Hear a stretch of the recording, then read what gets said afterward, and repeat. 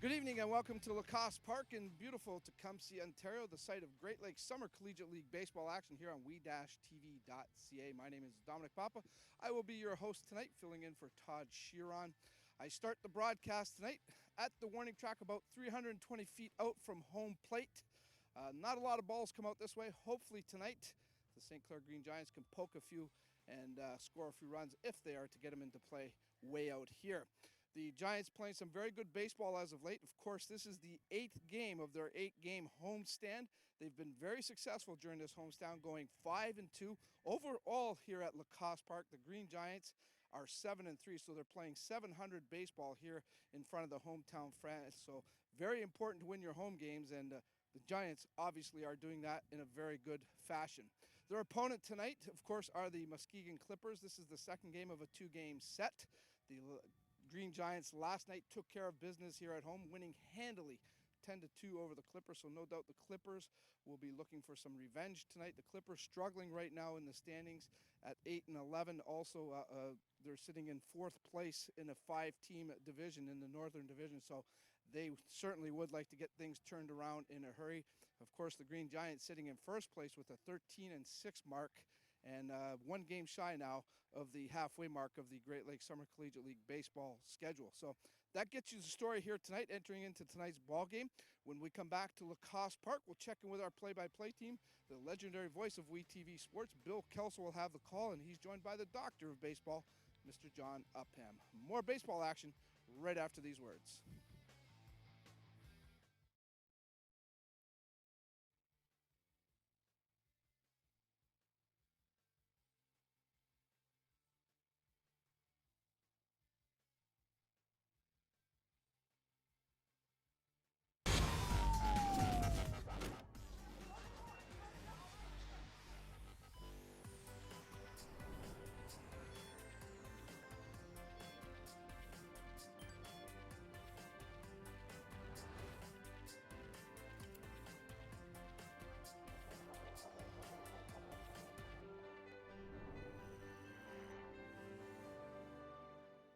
It's new, it's fresh, it's innovative, it's WeTV, Windsor Essex Television, and you can watch it anywhere. www.we-tv.ca is the place to be. If it's sports, entertainment, or community events, WeTV has what you're looking for. The people, places, and faces of our community are front and center on WeTV. Check out www.we-tv.ca for what's being webcast live. WeTV, we got you covered. Hello once again, everyone. Bill Kelso here along with John Upham. We are coming to you live from Lacoste Park in the Tecumseh, Ontario with the St. Clair Green Giants against the Muskegon Clippers. And John, beautiful weather. It should be an interesting contest. And of course, the Clippers looking for revenge after last night's thrashing of a 10-2 loss. Well, we got drubbed last night. It's another beautiful evening. The wind, of course, is blowing out, but it's warm. It's not like it has been on previous evenings. But windy as usual. Always windy. We're just a couple seconds away, moments away from the national anthems, and we'll get this thing underway.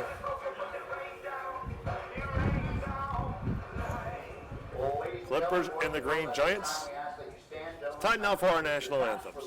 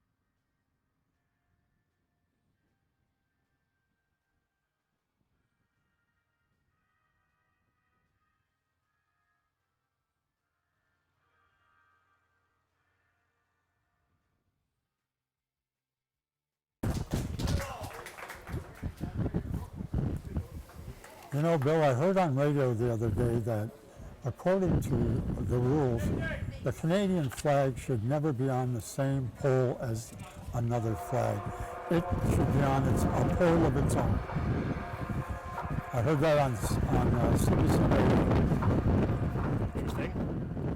Never knew that. Nor did I. St. Clair Green Giants coming into this game with a 13-6 record. Earlier, Dom talked about the team's home record, a pretty impressive 7-3 overall. 6-3 on the road. In this latest 8-game homestand, the Green Giants are 5-2, so they've had a nice run. Yeah, they're playing well, they're hitting well. They've shown us some excellent pitching, and even out of the bullpen, so things looking pretty good. Clippers are really struggling. They're 8-11 on the season. They've had 13 home runs this year. Green Giants have hit only 3. Well, I guess it's not how long they are, it's how many there are. And certainly the run game, and I'll have to look at the Clippers starting lineup, and Bryce Kelly, the freshman, will lead off. He was last night's pitcher. Tonight he's playing in left field, and he's hitting .301. He'll be followed by Nolan Bryant and then the catcher Cameron Bear. I spoke to one of the coaches, Keith, today, and he told me that the pitcher of last night is normally a left fielder. He hasn't pitched much, and obviously last night he showed why he plays regularly. Well, he can certainly hit. Oh, he certainly Hit a home can. run and a couple of singles, and then, like I say, he's only just a freshman. I'm just kind of question in a way his leading off, but you know what? He's going to hit more than anybody else. So why not? Why not? Pitching for the Green Giants, so there's a look at Austin Bullington, who wears number 10. ERA of 4.95. 0-1 on the season, but he has 2 saves. You said the last time he pitched, he was pretty impressive. Yes, he was. He pitched extremely well. About a week ago, I think tonight, in fact, wasn't it? I I'm think sure it was a little more. I think it was a Friday night that he pitched. Probably a doubleheader, wasn't it? you were absent, I believe. Yes, it was last Friday then because of the rainout. And then, the delay, Right. which carried over to the next day. Correct. So, yes. Well, even in your absence, you were keeping track of everything. It's wonderful. Did your homework. Good boy. Well, you know, sir, as your students used to call you. Actually, I wasn't much for doing homework, quite frankly. Well, you know, when I look back on my days in school, I really wish I had concentrated more on some academic prowess, not just athletics. And it wasn't until I got to university I realized my mistake. Sometimes things, happen, but it's never too late. Never You too proved late. it. Bryce Kelly will lead things off. Goes to Michigan State University. Left-handed batter against the right-handed pitcher. We're in the first inning. And the first pitch of the ball game is in for a strike, 0-1. Bullington with a strike on the outside corner. He looks like the hitter, Kelly. doesn't he? He really does. I love the way he holds that bat, where he holds it. Pitch is swung on and fouled back, 0-2. And So he Bullington ahead of Kelly. does something I really like. When he strides, he loads. And I think that's a good way of doing it. He belted one out of the park last night. Just outside, 1-2. Good pitch. He's got a good eye, too. 1 ball, 2 strikes to Kelly. Nolan Bryant, the second baseman on deck. He didn't play last night. 1-2 pitches swung on and hit deep into right field in the corner. It's off the fence. Kelly is on his way to second. And he is going to go up standing, or standing up as well, I suppose, with a stand-up double. You know what really surprises me is he kept watching the ball. Look, you're around the base, the ball's behind you, pick up your coach, he'll let you know what he wants.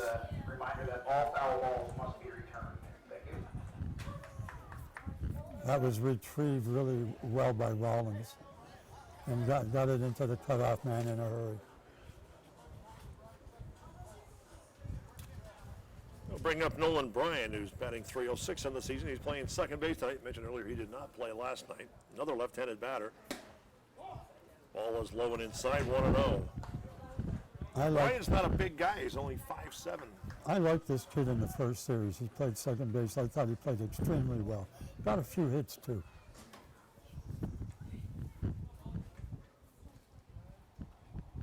The pitch to Bryant. Strike 1-1. 1-1 count to Bryant. Catcher Cameron Bear is on deck. For the Clippers, runner on second. Nobody away here in the first inning.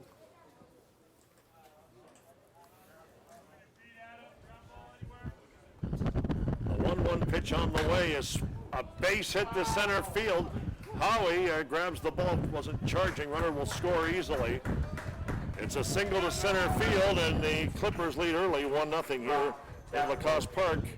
He comes to Ontario. I watched the runner that scored, hit touch third base, stepped in the middle of the bag.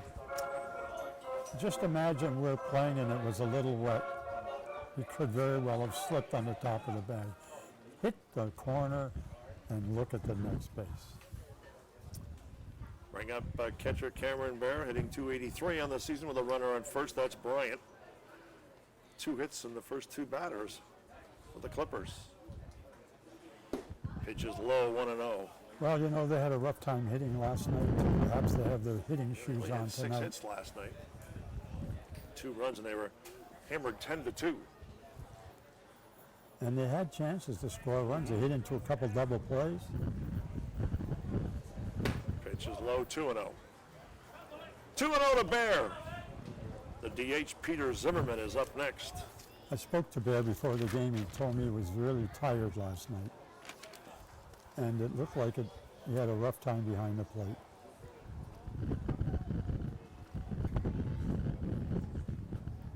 And the 2-0 pitch. Fastball is in for a strike.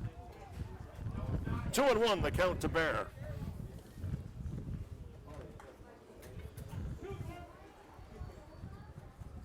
Ryan taking his lead at first. Aaron throw gets away from Gonzalez, and he'll go to second base as Bryant. Runner on second.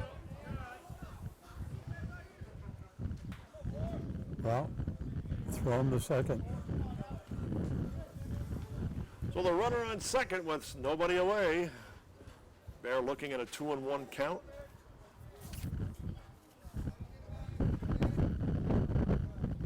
And the 2-1 pitch.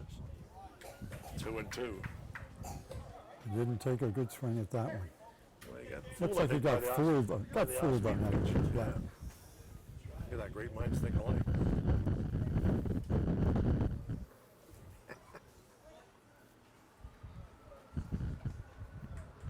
They're looking at a 2-2 pitch, and here it comes. Curveball, he went off his hand. After Well, he hitting took it an back first. awkward swing at that one as well. It's almost like he topped it.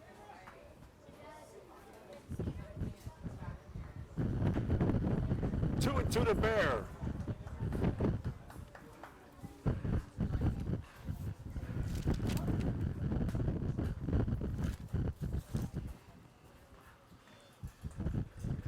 Runner on second, nobody away, and here's the 2-2 pitch. Just outside 3-2. So Bear works the count to 3-2. Bryant's on second. I think he had a good series the first time. I Yes, he saw him. did. He was pretty impressive. And the payoff pitch is hit to shallow left field. Thomas under it with an easy play. Runner, a batter is out. Runner remains at second. It'll bring up the DH, Peter Zimmerman. Zimmerman last night had a walk and then struck out 3 times. Well, you know, we had good pitching last night. And I've talked about that before, that oftentimes good pitching controls good hitting. Jimmy Roche is on deck. 1 away, 1 on. 1-0 is our score for the Clippers.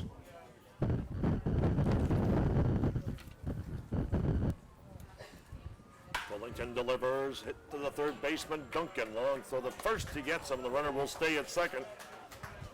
So it's 2 away here in the first inning. Good base running by the man on second. Balls hit in front of him, stayed home. You know, how hard is it to hit? Just look at the major leaguers. They fail 7 out of 10 times, a 300 hitter. Just show you how difficult it is. Brings up the third baseman, Jimmy Roche, who played second base last night. Ryan at second. And the first pitch is swung on and hit hard into left field, but Thomas is there, going to make the grab right to him. 2 runs and a hit for the Clippers, and it's 1-0 as we go to the bottom of the first, John. 2 hits? 2 hits and a run. A run, 2 hits, 1 man left on base for the Clippers, so Muskegon. Bottom of the first. Well, we talked about the leadoff hitter. We explained how good he is, and he showed us once again why we feel that way. And it's the first lead, albeit early, that the Clippers have had here since they come to this ballpark this week. Didn't have a lead at all last night. Well, I guess we have to play catch-up, don't we? Roland, Thomas, and McKenna will be the first 3 batters, followed by Howie, and then Jesse Gonzalez, Duncan, Barkley, Deneau, and Tanui. You know, it's the old story. Give up a run, get a run. Yep. So Chase Roland will lead off. He's hitting .246 in the season. That's a look at our pitcher. Matt Goisha, who wears number 10, right-hander. ERA, a rather robust 5.79. So that's about what it's like in the big leagues, isn't it? If you're not 4 or better, you don't get in the starting rotation. Walked a lot of guys when you look at the walk to innings ratio, John. 9.1 innings pitched, 7 walks. That's pretty high on the walk ratio. I would think so.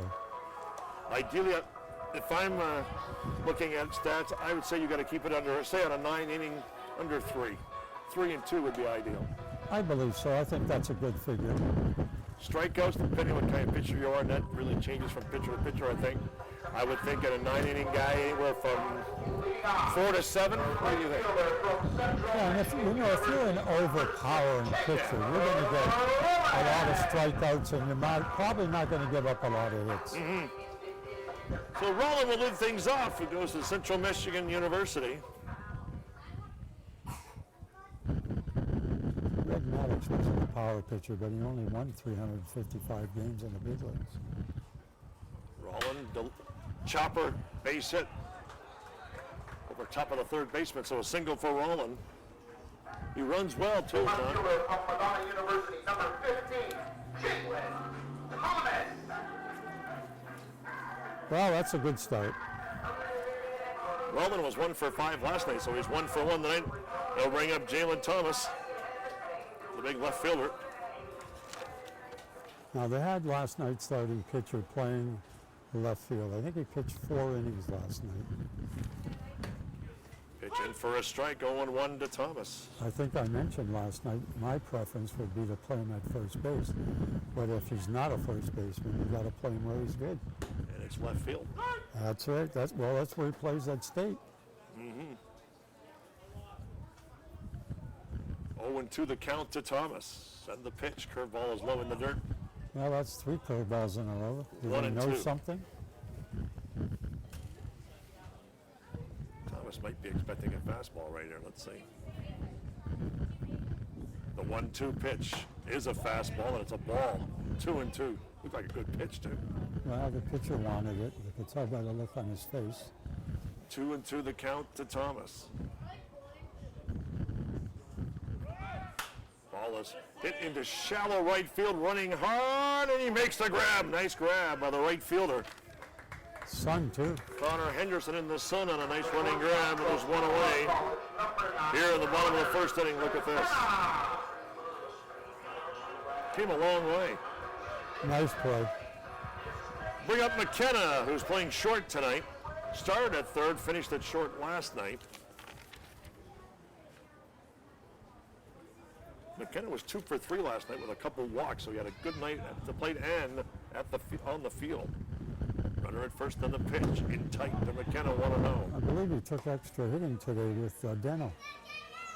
I happened to be out in the batting cage vicinity early this afternoon to watch them. Trying to pick up a few tips. 1-0 pitch is fouled off to the right side of the field. It's near the tent. Almost hit the barbecue there. John had knocked off my hot dog. We'll go down and find it for you. It's 1-1 now to McKenna. I hope the grass isn't deep. And the pitch, curveball up high, 2-1.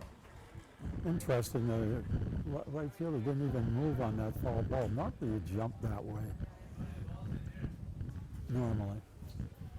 You didn't see it from the sun. Perhaps it looks strong out there.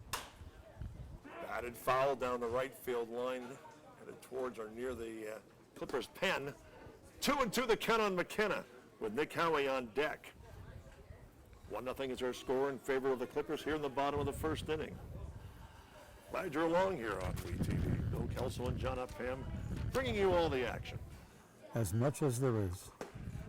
Curveball misses, 3-2. So the count is full on McKenna with Roland at first and 1 away. Will they run? Let's see. And the payoff pitch runner goes. It's fouled back by McKenna. Well, they were running, and Yes, why they not? were. Had a good jump. Roland's got good speed. Yes, he does. He has good running instincts on the bases. So the count remains at 3-2. Deutsche with the pitch. Ball 4 anyways. So it's going to be first and second. Well, the catcher might have hurt his arm on that one. He didn't want to throw. The center fielder from Eastern Kentucky University, number 23, So Nick Howie will step up, the native of Oakville, Ontario. He's hitting .303 on the year. He was 2 for 4 last night. Here's a gentleman from Oakville that played every inning at Eastern Kentucky. Yeah. Big guy at 6'3", 210, but moves well for a big guy. Yes, he does. Covers the field well in center field, and Howie's had a nice start to his season, and he has runners at first and second with 1 away.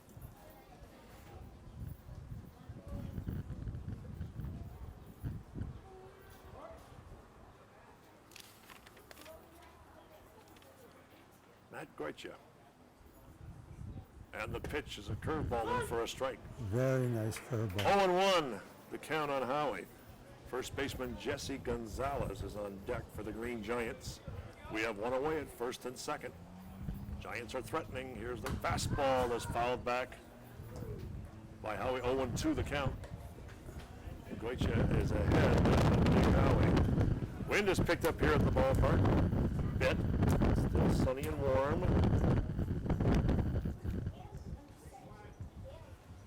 The 0-2 pitch. Strike 3 got him on a slow curveball. Very nice curveball. And there's 2 away here in the first. They'll bring up Gonzalez. the first baseman from Garden City Community College, number 20, Jesse Gonzalez. Gonzalez was 1 for 1 last night. He came in late in the game. Batting .258 on the season. Yeah, lefty against righty. That's how we do. See if he can drive a run across. His team back in the game with 2 outs here in the first. There goes Roland. Roland and Gonzalez fouls it off. I think he had the base stolen. Well, this is an interesting concept. You got a left-hand hitter up. You got 2 out. The catcher's got a great shot to throw to third. Maybe it's the element of surprise, John. Yeah, until you get called out. But if he felt he had the base stolen, well, we'll see. 0-1 pitch coming to Gonzalez. Deutsche being bothered by Roland at second. Changes his mind about delivering the pitch and reset.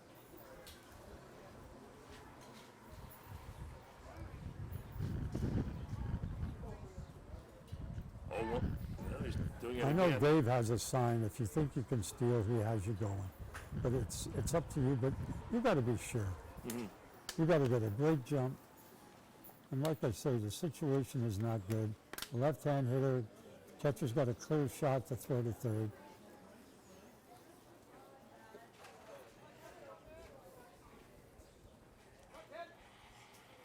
So the count is 0-1 after a couple resets here, and Goethe against Gonzalez. Runner on second with 2 out. Pitch in the dirt, nice block by Bear. That is a good play. 1-1. Boy, when a catcher can do that for you.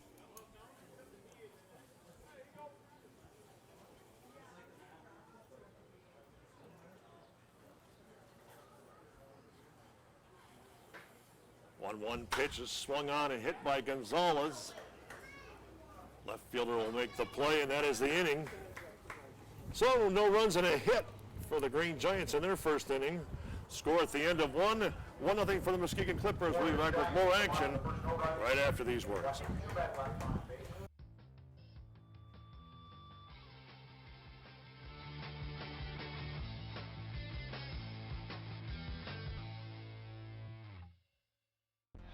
Take one empty field, round up a group of players, add 3 bases, plus 1 home plate, throw in a softball, and add an umpire. Play ball!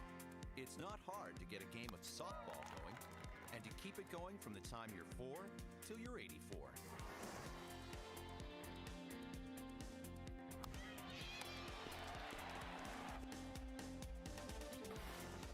Softball. Get in the game.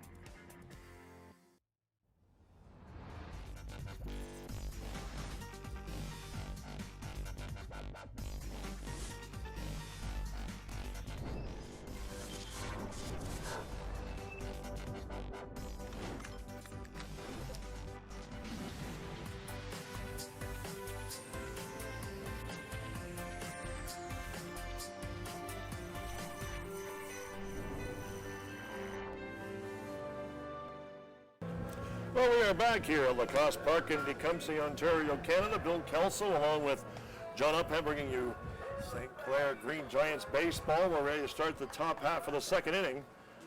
And for the Clippers will be Henderson, Hedjakovic, and Trevinger. So Henderson, the right fielder, the left-handed batter, will go up against the pitcher. Well, we got 2 lefties in a row coming up here. Henderson's a switch hitter, but he's going to obviously bat left against the righty. Hitting .238 on the season. First pitch, showing bunt, drops a good one down the line, but goes foul. And he has some speed going down the line. So those are some of the things you notice when the guy does foul one off. Well, you know, the interesting point was if it's perfect or foul, and that was foul. It looked like a real good bunt. Nobody was going to throw him out. No, he had the base beaten. The interesting thing in the fact is he ran 90 feet and didn't touch the base. You're going to run that far, touch the base.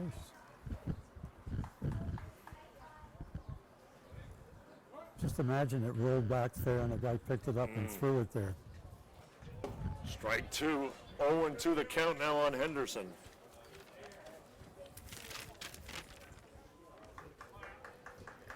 Henderson last night was 0 for 4. And the 0-2 pitch is low, 1-2. 1-2 to Henderson. He doesn't have the same velocity he had on the last start.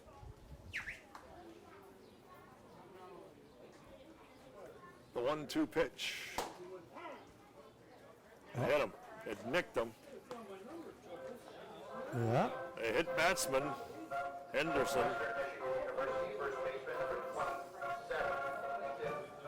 3 lefties in a row. Hedjakovic will be batting. What do you think? Is the sacrifice in order? What is he in the order, Bill? He's the 7th batter and he's Well, hitting 143. Well, I would think this is a good time to sacrifice. The first pitch, he wasn't looking to bunt. It's a strike on the outside corner. So much for me surmising something.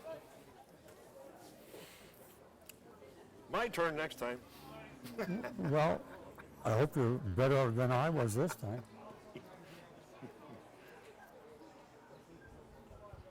0-1 pitch. Swung on. Nice play by the first baseman, Gonzalez. There's 1 out. Back to first. Not in time. But a good play by the first baseman. Yes, it was.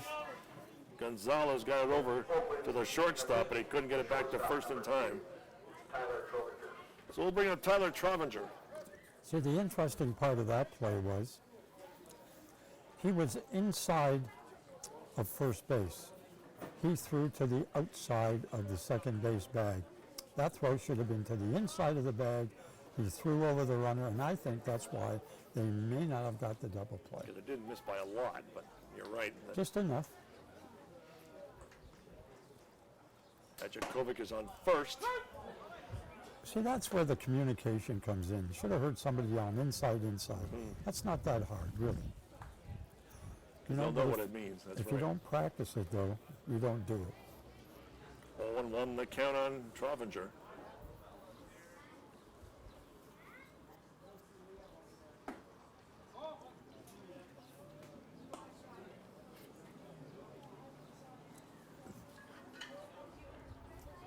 Well, the important thing is they got the lead runner, and that's what they need to do. One out here, top of the second inning, 1-0 for the Clippers. Pitch over to first. Got a good move.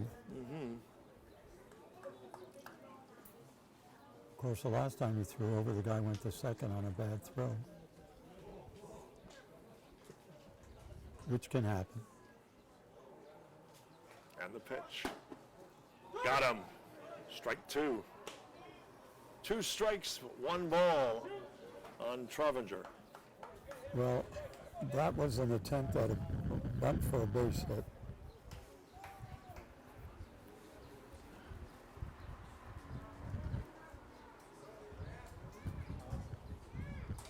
The 1-2 pitch on the way. Curve is low, 2-2. 2-2 count to Trovinger.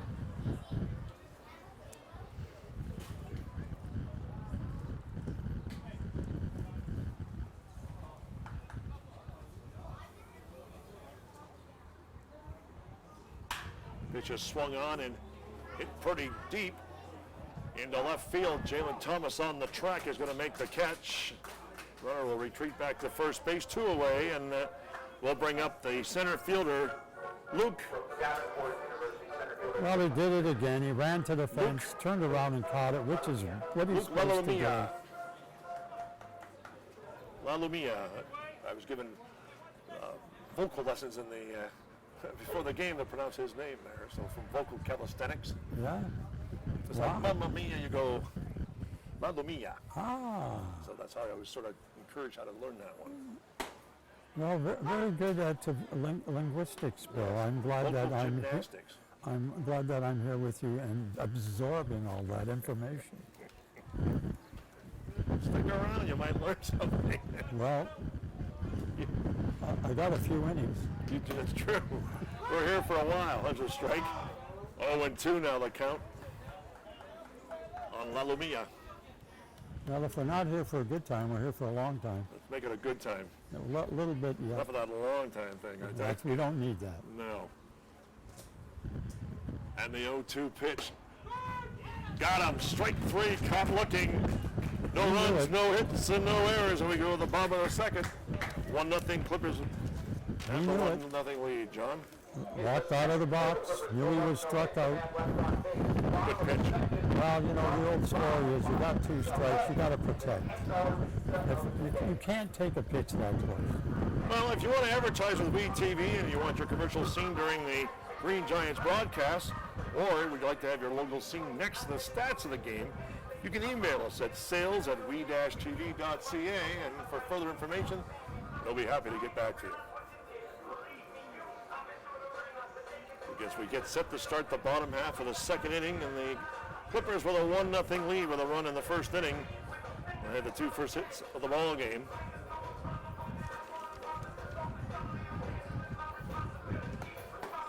And coming up to bat will be Duncan, Barkley, and Deneau.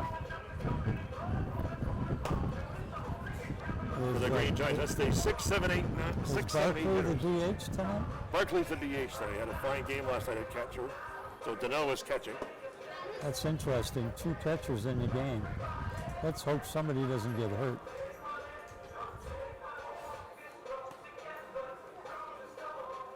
Look at Matt Waicha. Leading off for your Giants, third baseman from St. Clair College, number 19, Roberto Duncan. Duncan was 0 for 3 last night. Also walked twice, and that big 10-2 win. Had a good game in the field, however. Yes, he played extremely well. Currently batting .256 in the season. As mentioned, Ty Barkley is the man on deck.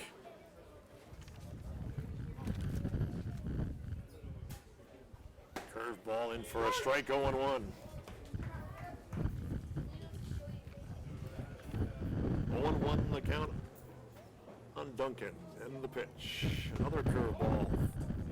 Doesn't hit the mark, it's 1-1. 1-1 to Duncan. Bottom of the second. Just underway here at Lacoste Park in Tecumseh. Pitch is low and outside, 2-1. Well, started him off with a curveball. Personally, I don't like swinging at first pitch curveballs. 2-1 pitch is swung on and hit into center field. Easy catch there for the center fielder, Malamia. And it's 1 out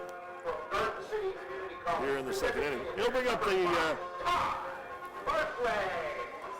Ty Barkley, who has come along nicely from Wyoming, Ontario, batting .310 on the season.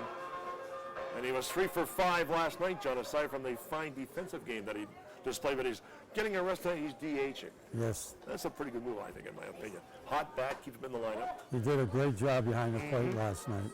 Extremely well. Has come along nicely. Yes, he has. The 1-0 pitch is low, 2-0. Well, I see the count on Barkley. we got some Riverside Royal Peawees here tonight, driving in on their bikes. 2-0 pitch, curveball up high, 3-0. So it's 3-0 on Barkley, looking to get on board. It's nice to see kids coming out to watch ball. The 3-0 pitch, in for a strike, 3-1. You know, I think that that's a lost art today, kids sticking around and watching ball games on television. I don't think they do it as much as we did it. Well, the advent of other things, you are right, and there's a ball 4 now to Barkley. Video games and such may take preference this day and age. Just throwing that out there. Things have changed. I go to restaurants and I watch the kids, 4 of them sitting at the table, and they're all texting. I don't know if they're texting each other or they just don't like each other. So the runner is at first with 1 away. It'll bring up the catcher, Matt Deneau, who's hitting .256 in the season. Deneau didn't play last night. 1 strike to Deneau. Well, they're switching off, Deneau and Barkley, which is good. Catching's tough. Yeah, it takes its toll on the body, that's for sure. Here's the pitch, a curveball is low and outside, 1-1. 1-1 to Deneau. Adam Tanui, the second baseman, on deck for the Green Giants.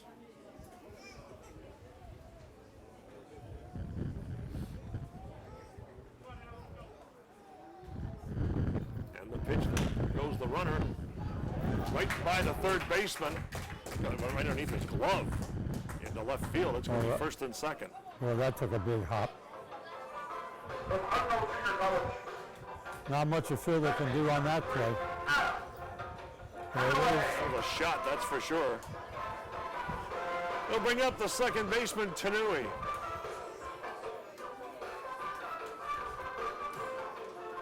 First and second with 1 away.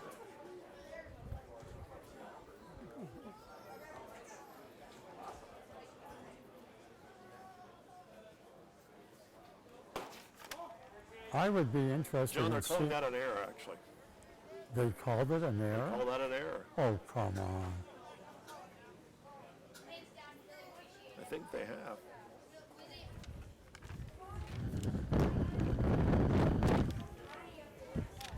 Nevertheless, it's So that 2-0 that was fake news. on Tanui. Yeah. Now they've changed it to a hit. Well, come on, obviously. Are you It's a kidding hit. me? Yeah. So a single for Deneau, first and second, one out. A 2-0 count on Tanui. He's hitting really well, especially of late. 365, had 2 hits last night, coming late in the game, had a great bunt single his first time up. Tanui has really come alive. And he hit a shot through the middle. As well. So Tanui with 2 on, left-handed batter. Here against Goitia. Here's a 2-0 pitch. It's swung on and hit into shallow the outfield. The left fielder's going to make the running catch. That's Kelly. Throw to second, and he is going to be safe at second. But Bryce Kelly, the left fielder, Getting back to the bag.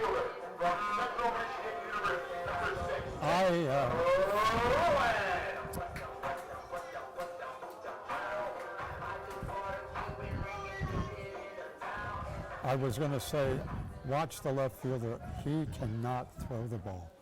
He pitched last night. Remember I mentioned that earlier? He is going to have a hard time making throws. it's a pass ball. Maybe we might even call that a wild pitch. No, that I believe to be a pass ball.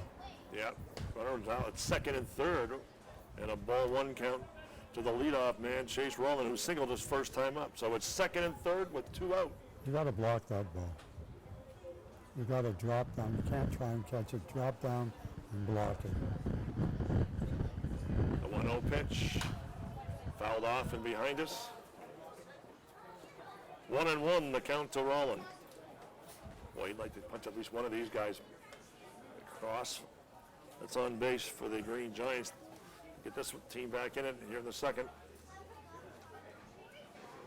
The 1-1 pitch, curveball is low but blocked by Bear. 2-1. 2-1 count to Rowland. Jalen Thomas on deck for the Green Giants. Well, Bear knew it was a curveball, and he went to the left. This is where the bounce was, so he read the play well. The 2-1 pitch, fastball, swing and a miss, 2-2. Well, he put a little heat on that one, and it was inside. 2-2 to Rowland. With 2 out and the pitch. Curve in the dirt, blocked by the catcher Bear. Good block. Saved the run. Count is now full at 3-2 to Chase Rowland. Well, the catcher that can block is worth his weight in gold.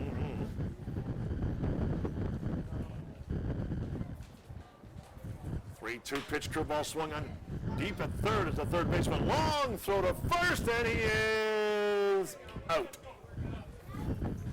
So the third baseman, Roche, throws him out. At the end of 2, the score remains 1-0 for the Clippers. We'll come back with more action right after this.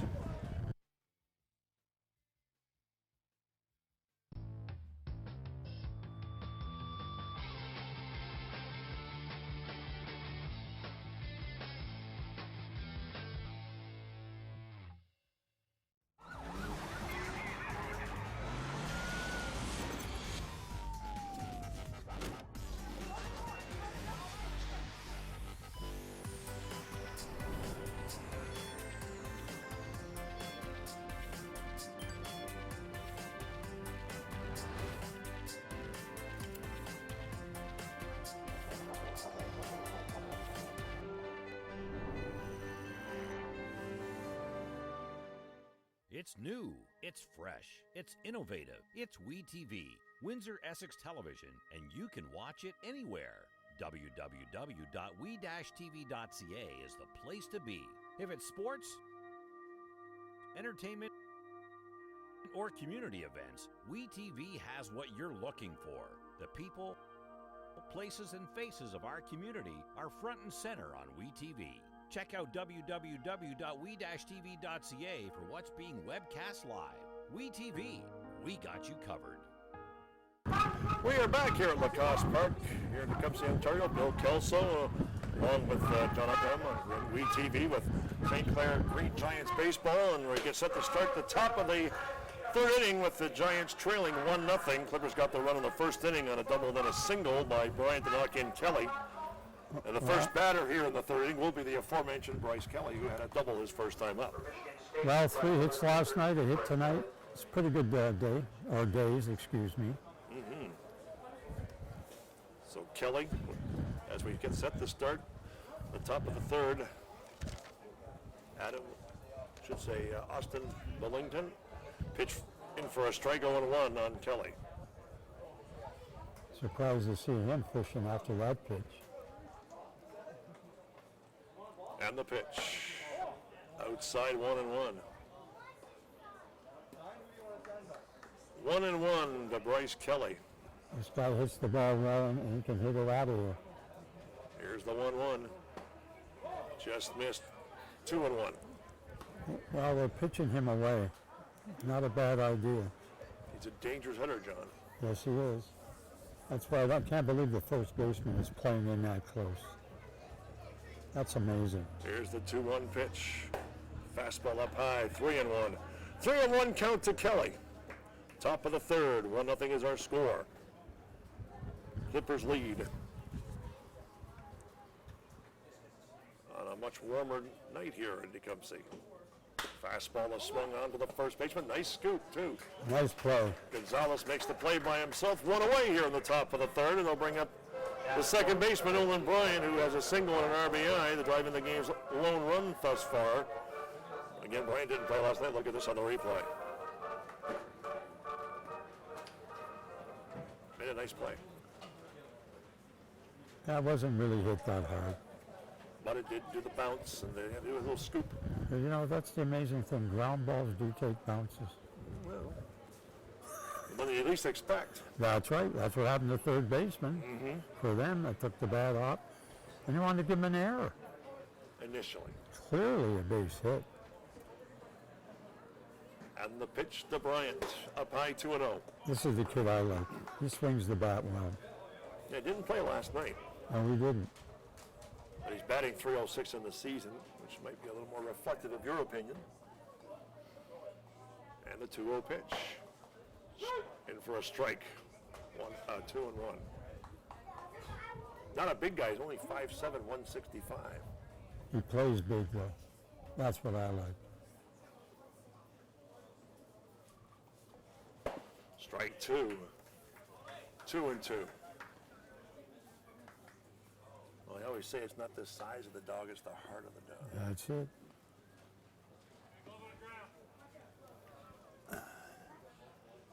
Here's the 2-2 pitch. Swung on and popped up. The third baseman, Duncan, is going to get under it.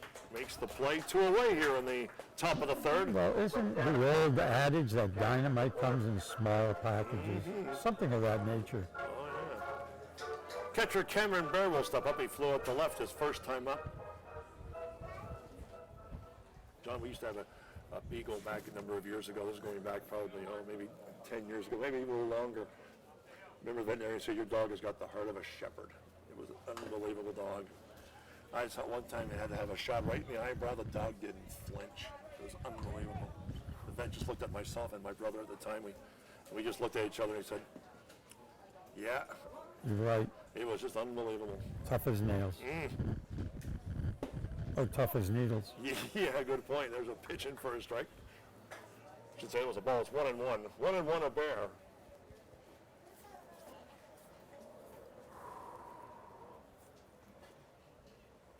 And the pitch. Ooh, just missed 2-1. 2-1 to Bear. Nobody on. 2 out.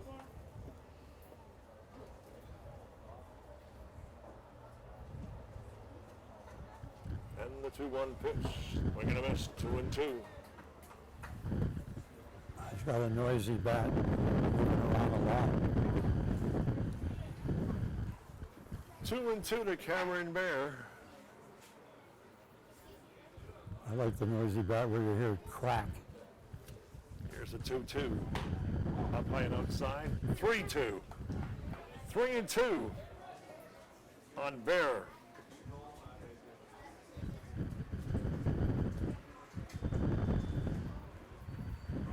And the payoff pitch from Bullington is low ball 4. He walked him. First walk of the night given up by Bullington. He does have a hit batsman to his credit, however. So there's a runner on first. They'll bring up Peter Zimmerman. 0 for 1 tonight, ground out the third. So there's 1 on and 2 out here at the top of the third. And the Clippers holding on to their 1-0 lead. Hitting .321. Had a bad night last night, though, Johnny O'Ginney. Struck out 3 straight times. Looking for redemption tonight. And the pitch. In for a strike. Well, you know, there are those occasions when you have bad nights. You don't like it, but that's the name of the game. Better have a bad night when you get beat up. And the pitch. Curveball up high, 2-0. You hate to be a strikeout 3 times in a 2-1 game where you had chances to drive in runs.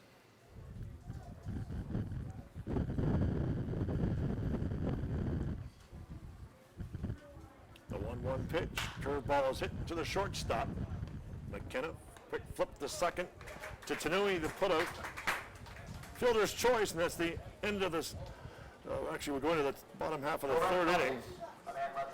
No runs, no hits, and no errors. The score as we go to the bottom of the 3rd. It's 1-0. The Clippers and John, pretty efficient inning for the Green Giants. Well, he's pitching another game, another good game like he did last game. Jalen Thomas will be the leadoff hitter for the Green Giants here in the 3rd. Speaking of animals that we spoke about earlier, a couple of nice looking dogs out there. He's a beauty, eh? Oh, yeah. Looks like a husky, doesn't it? Husky out there, and then you've got maybe a Basset Hound mix. Beagle, Basset Hound, looks like a beagle. Yeah. He's not moving very quickly either. Looks like he's been around a while. Another funny story about that beagle, John, because this beagle was unbelievable. The dog's name was Smokey. One time I walked into the bedroom, the dog is sitting on the bed. I looked at the dog. The dog, I don't think it was aware that I had just walked in. This dog was puffing out his chest in the mirror. I couldn't believe it. I looked at it, do a double take. The dog goes out like this. John, it was unbelievable. He must have been watching you do it a few times. Yeah, I don't think so, but I went, oh my God. When I spoke to my mother and my brother about it, I went, you should see what I just saw. I almost did a hasty retreat. I said, I never saw this before, and I've never seen it since, believe me. But, So, wow. did you nickname him Chester? Yeah, it might not have been a bad idea, but this dog was a piece of work, believe me. That's amazing. Oh, unbelievable story about that one. Oh. Well, there are people that can't walk by mirrors. Well, let's look at Donald Trump. I don't think he can get by a mirror. And I don't think there's a mirror that wants him to look at it either. He's a scary guy. 1-0 is our score as we get set to start the bottom half of the 3rd inning. I better be careful. Our American audience may not appreciate that.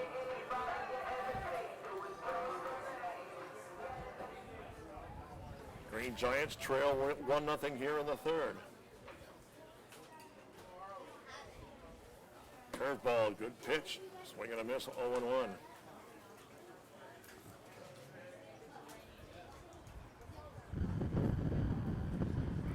Second pitch into another curveball in for a strike, 0-2. Goicho ahead of the batter, Thomas, with McKenna on deck. The last time you give him the 3rd one, he hit to right center field. Let's see what he does here. Did he go? Let's see. Did not go. It's a ball, 1-2. 1-2 the count on Thomas. The plate umpire doesn't have to ask the first base umpire if he really believes he didn't go. Strike 3 on a curveball, and again, Thomas strikes out. Second strike of the night for Goicho. We'll bring up McKenna, who walked his first time up. Bottom of the 3rd. 1-0 is our score in favor of the Clippers. On a warm, sunny night here. Tecumseh, Ontario, here at Lacoste Park. Warmest night of the season so far. Yes, it is. Curveball in for a strike, and a steady diet of curveballs going across the plate here from the pitcher, Goicha. Here's the 0-1. Fastball is swung on and hit hard, but down the right field line on the hustle, and it's out of play near the fence. Well, the trainer wasn't running that out, and all of a sudden he thought it might stay fair, and he went into gear. Henderson on the run, couldn't catch up to it. So 0-2 the count to McKenna.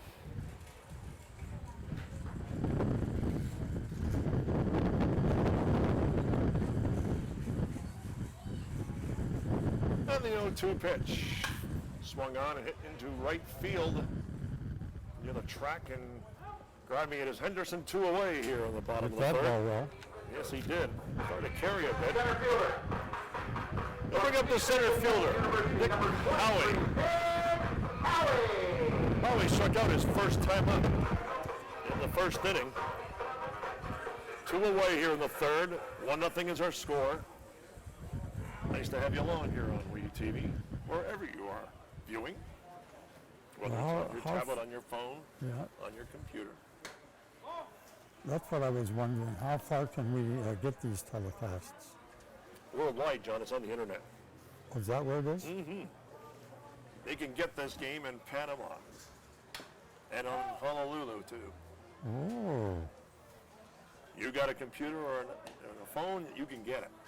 Well, I think that's really great for the other town teams that Oh, come absolutely. here. And we get comments all the time, and also from the youngsters, and a lot of the youngsters, obviously on this team, or even St. Clair, are from out of town. And we've heard from the folks in California and Oklahoma and whatnot, as that one has fouled back. 1-2 the count now on Howie. Well, that's something I didn't realize. Far-reaching, which is why you have to watch your political comments there, John. I think so. Oh, great pitch, strike Actually, 3. Howie caught looking. I don't think that was a political comment. It was a cosmetic comment. Oh, that's true, with political overtones. Yes. It's the end of the third. No runs, no hits, and no errors. The score as we go to the top of the fourth. 1-0 for the Clippers. We're coming back right after these words.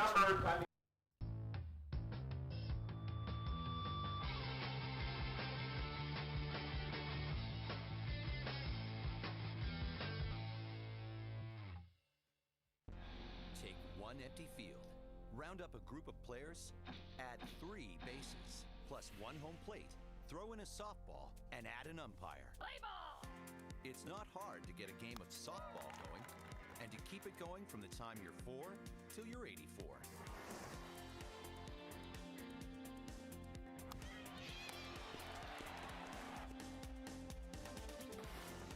Softball. Get in the game.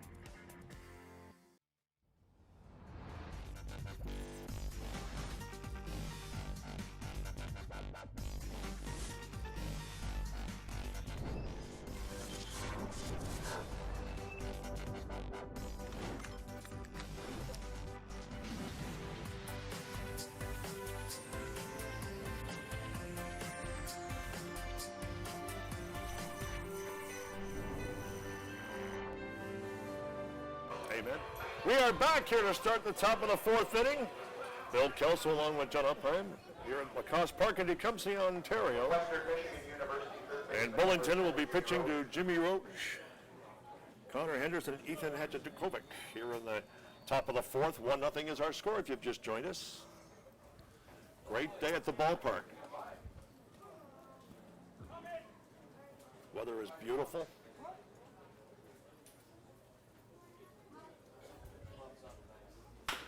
Chopper hit the third, picked up by Duncan, throw to first, and he gets him. Duncan to Gonzalez, 1 away, and here in the top of the fourth. He'll bring up the right fielder, Cameron Henderson. Henderson was hit by a pitch in the first inning, second inning, I should say.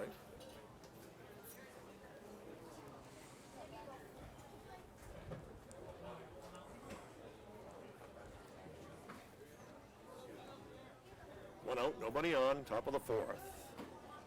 Clippers up 1-0, and then the first pitch to Henderson, in for a strike, 0-1. This umpire's a little guy. Catcher in the stance is almost as tall as he is. Hit hard to the second baseman, but Tanui with the play, the throw to first, and he gets him. So 2 up and 2 down here in the top of the fourth. And he'll bring up the first baseman, Ethan Hadjikovic.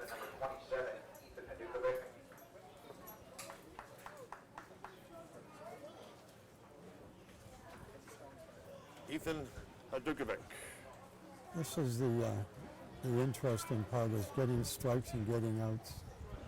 Curve Curveball in for a strike, 0-1. Good pitch by Bullington.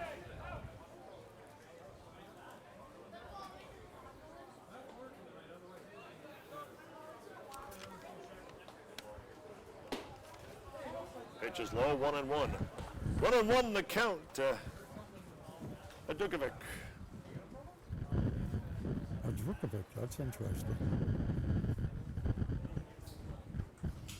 Fastball up high and outside, 2-1. Tyler Trovinger is on So were deck. you practicing these names? Sometimes. Sometimes? I Sure, thought you once a handled little that more one challenging. very well. The 2-1 pitch.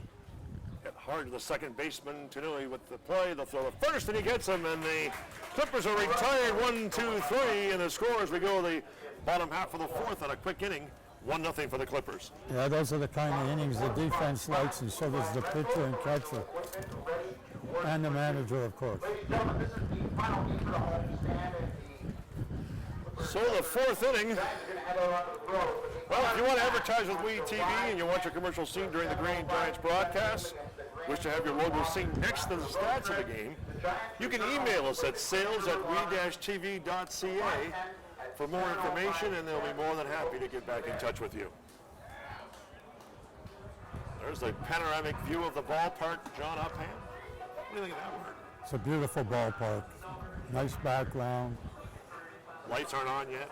Yeah, they've done a marvelous job of refurbishing. Clear blue sky with some clouds sprinkled in.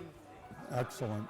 Geez, I sound like a meteorologist, eh? Forecast for tomorrow, however. Can you tell me exactly what kind of clouds those are?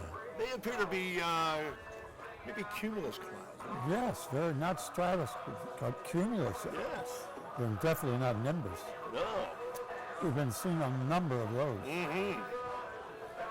And you know what? I hated science in school. Did not like science. Let's look at Goitzer, the pitcher, finishing up his warm-up tosses. Well, No. the only question I have is that a geographic or is that mathematical or science? What, the clouds? It's science. Is it? I think it's science. Do you? Well, what we should do is I think I learned it in I science. think somebody should Facebook and let us know. I think it's a good idea. I think it's science. Well, And you think it's... geography. No, I don't agree with that. The batter is Jesse Gonzalez, 1-0 to Gonzalez. So were you a science major? Ooh, no. And nor were you. No, nor did I have any inclination of being one. There's a blast to right field base hit. So Gonzalez goes to second base as the right fielder bobbled and had trouble with it. Well, you see how he was sort of sauntering to first base? Watch this play. Ooh. You know the amazing thing about that? He went down on one knee to protect the ball getting by him, and it took such a bad hop. Turn, it or got whatever you by. want to call It it. was unbelievable. Runner on second He did everything right and paid and for paid it. the price. Single and an error, and Gonzalez is at second base.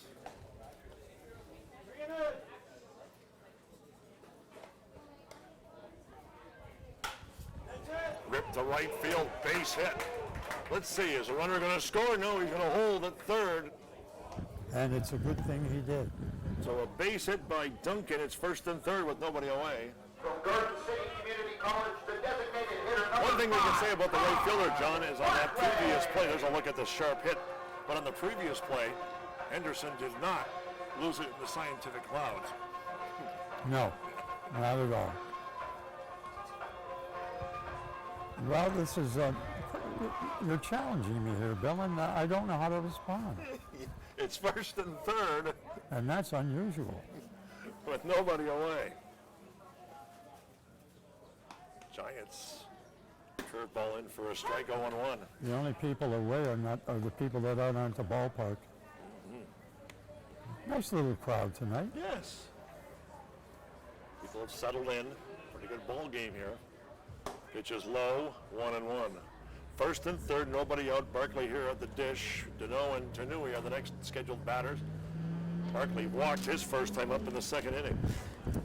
Hitting .310. Has a hot bat lately. And the pitch. Swung on and popped up towards the dugout. Let's see, will he make the catch? Yes, he does. Here's the play at home, and he is going to be safe. Standing up is Duncan, and it's going to be 1-1. There it is. There it is. Why that catcher didn't go back to the plate when a first baseman had it is beyond me. How about that runner at third tagging up? That was amazing. Impressive, but I think I'm surprised the runner at second didn't go to third. Well, you know what? I think he got caught by surprise just like the catcher did. Where was the pitcher? Well, he's probably over toward the first baseman. So a run scores. We're tied at 1 here in the fourth. Runner at second with 1 away. Pitches up high, 1-0 to Matt Deneau. You know, That's a sacrifice and an RBI, John. It's rare to see that happen. That is a very unusual play. And he went in standing up, too. The runner, Gonzalez, went in standing up, too. Well, he slid. It's almost like a standing slide. He slid at the last minute. Yeah, it was. Unusual slide.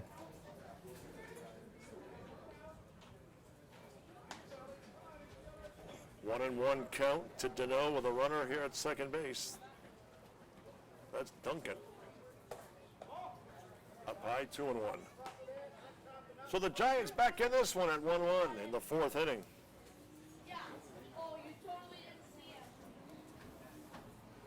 That's some unusual plays.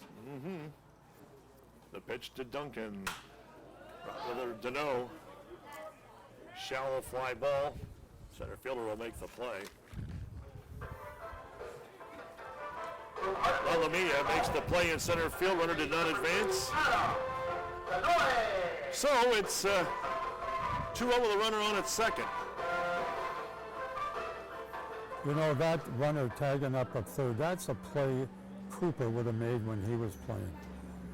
He was a great ball player. He could do a lot of things. John Upham, of course, speaking of Coach Cooper. Yep. Had the opportunity to coach him a couple of times. Actually, he went to the Pan Am Games with Team Canada. 1-1 count on Adam Tanui. Swung on and hit deep into right field. This is way back and it's gone. Adam Tanui just hits a 2-run homer, and the Green Giants have taken a 3-1 lead, and he got all of that one. The little guy jerked it out of here. That's amazing. He hit that ball really well. That was out whether the wind was blowing or not. He hit it a mile. The right fielder from Central Michigan University, number 6, Look at that. Great blast. His first of the season. So the Green Giants, John, have hit 4 home runs on the year. That's number 4. I love Tanui. He gets to home and he takes his helmet off. I guess he wanted everybody to recognize him. Hey, I'd be doing the same You know, thing. that's a Curveballs fouled off by That's a penalty in the NFL. You can't do that. We call the NFL for that for a reason, the no fun league. Well, that's interesting. And the pitch. Swing and a miss. Struck him out. Rollins strikes out. So that's the end of the inning, but it was a big inning for the Green Giants. They get 3 runs on 3 hits, and the score at the end of 4. 3-1 for the Green Giants. We're coming back with more right after this.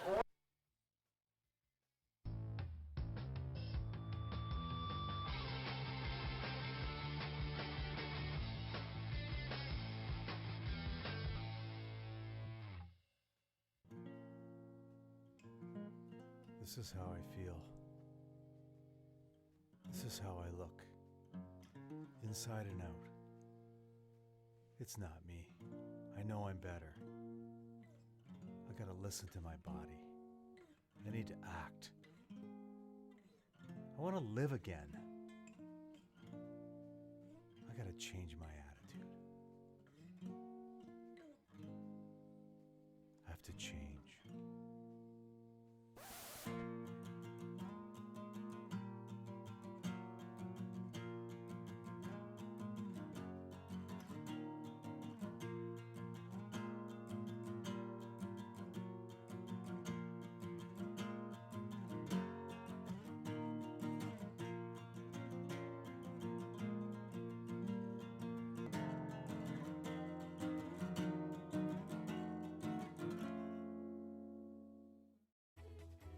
Every child should learn how to swim, for health, for safety, and for fun. That's why we've started Canada's Swim Team. Learn to swim at least 25 meters on your own, and you're on the team.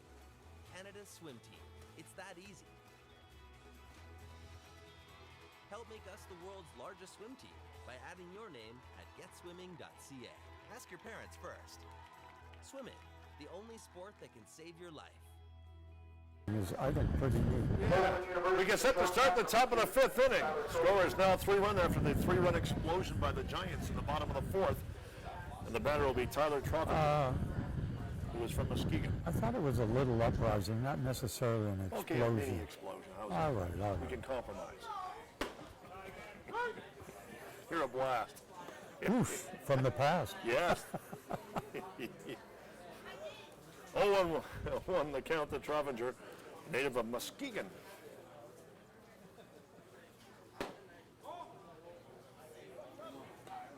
Muskegon also has a hockey team that plays in the USHL, the junior league in the U.S., the Muskegon Lumberjacks. So a good hockey town, too. Ball swing and a miss, 1-2. Didn't you work out of Saginaw? No, that was Dom who worked out of Saginaw. Oh, was that Dom? That was Dominic, yeah. But, yeah, they're obviously American-based team in Muskegon with the Lumberjacks. I think they finished in 3rd place in their division this year in the USHL. Is it a Red Wing farm team? No, it's junior. Long. So the first good play, too, by Duncan. Got it away in a hurry. 1 out here in the top of the 5th. Yeah, it's junior A, much like the OHL. And the Q in the Western Hockey League. So their player ages are 16 to 20. Look at the replay. Yeah, nice play by the third baseman, Duncan. Quick release, very nice. And a strike to Gonzalez. 1 out, and the batter will be Luke LaLumia is the batter.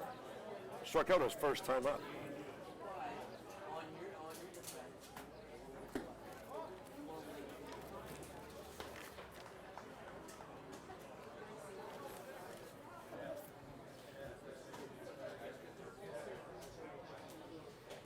And the pitch in tight, 1-1. Rather make that 2-0, sorry. 2-0 the count on LaLumia, who's playing center field tonight. He didn't play last night.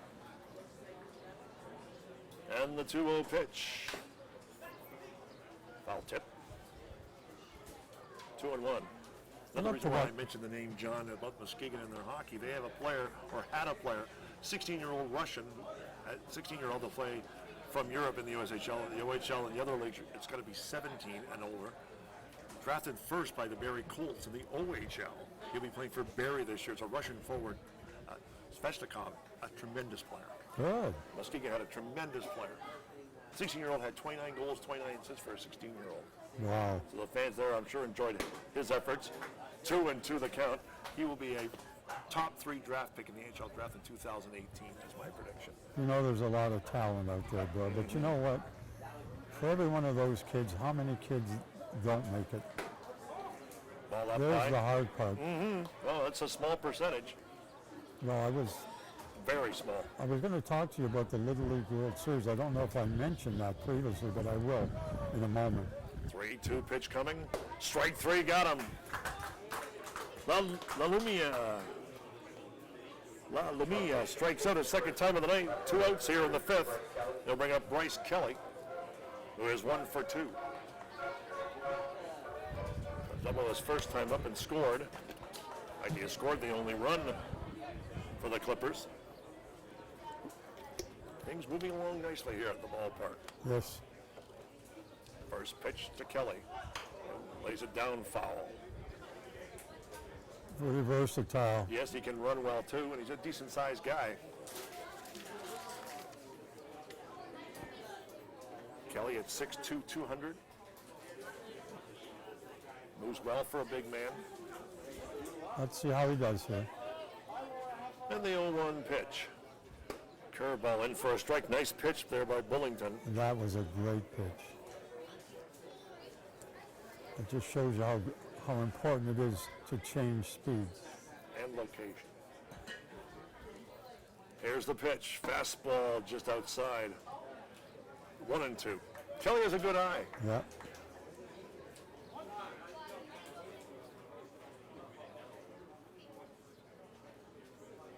The 1-2 pitch on the way. Low, 2-2. 2-2 the count on Kelly. Nolan Bryant on deck for the Clippers. Bottom, about the top half of the fifth. And the Green Giants lead 3-1. It's the first lead of the night after a 3-run inning in the fourth.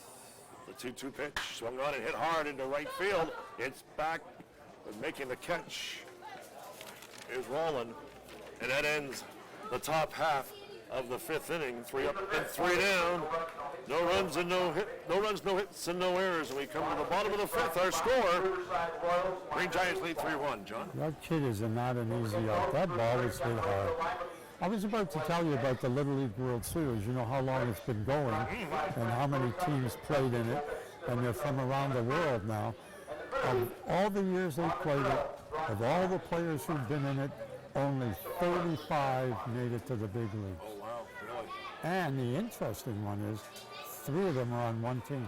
Oh, wow, that's rather amazing. Now, don't ask me what team and don't ask me their names. But that is the truth. Somewhat amazing. On our screen, you can have a look, and that's Green Giants will be on the road for a bit, quite a spell up until the 9th of July. 2 games in Grand River, 2 games in Lake Erie on the 2nd and the 3rd, which is the Sunday, Monday. 4th and 5th at Irish Hills, the Leprechauns, and then these same Clippers will host the Green Giants on the 8th and 9th. That's next week, at the end of next week. Our next broadcast will be Monday, July the 10th.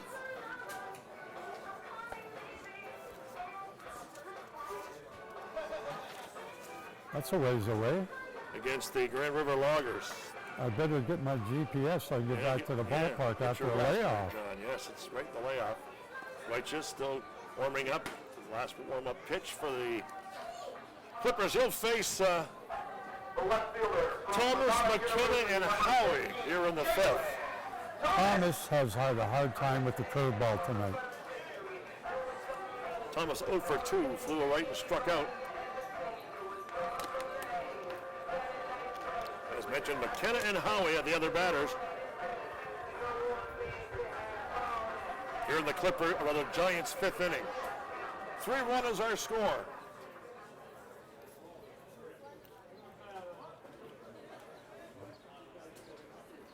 First pitch. Thomas attempting a bit of a bunt. They have started him off with the curveball every inning, and he got it in there for a strike. 0-1 count to Thomas. And the pitch. Curveball in the dirt, 1-1. 1-1 the count. I'm afraid he's not going to see too many fastballs. No. On Thomas. And the pitch. Curveball in for a strike. 1-2. Steady diet of curveball. Fastballs got him, strike 3. And Thomas strikes out. 1 away here in this There's on a the fifth. perfect example of the fact that you can't look curveball because you'll never catch up to the fastball. And that was a prime example of that. It's also the pitcher setting up the batter. Absolutely. But it's incumbent upon the hitter to look for the fastball and react to the curve. Connor McKenna will step up. He's 0 for 1 with a walk. Fastball's in for a strike. 0-1 to McKenna. Green Giants 3 hits, 5 runs with an error. 1 run, 2 hits, and an error for the Clippers thus far tonight. In tight, 1-1. 1-1 the count on McKenna. Nick Howie, the center fielder, on deck for the Green Giants. Bottom half of the fifth. 3-1 is our score. The 1-1 pitch hit to the shortstop. Charged. Quick over for the first, and he gets him. Clevenger to the first baseman made the play to head to Quebec. We'll bring up Nick Howie with 2 away here on the bottom half of the 5th. Howie has struck out twice against Goitia. Average has dipped a little bit from the start of the night. Now it's down to 295. So Nick Howie, struggling a bit at the dish, takes a high fastball for a ball, 1-0. 1-0 to Howie. First baseman Gonzalez is on deck for the Green Giants. Curve ball in the dirt, 2-1. 2-1 to Howie.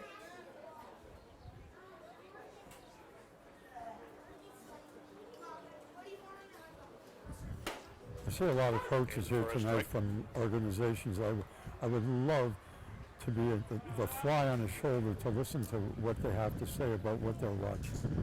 2-2 the count. Here's the pitch. Actually, it was 2-1. Now it's 2-2. 2-2. The count on Howie. 2 out.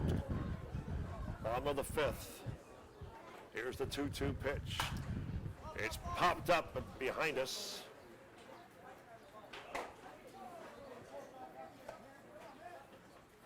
Count remains 2-2.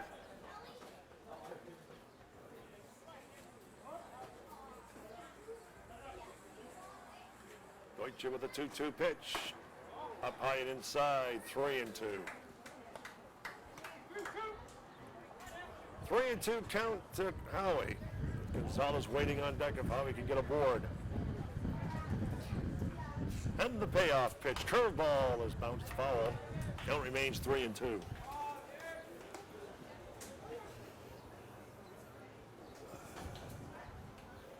Well, he's been throwing a lot of curveballs tonight. Let's see what it does here in the 3-2. Threw it again, but it's in the dirt and he walked him. So the second walk of the night given up by the pitcher Goitia to Howie. Runner on with 2 away. We'll bring up Jesse Gonzalez, who had a single and a run scored his last time up. That was in the 4th. 2 out here in the 5th.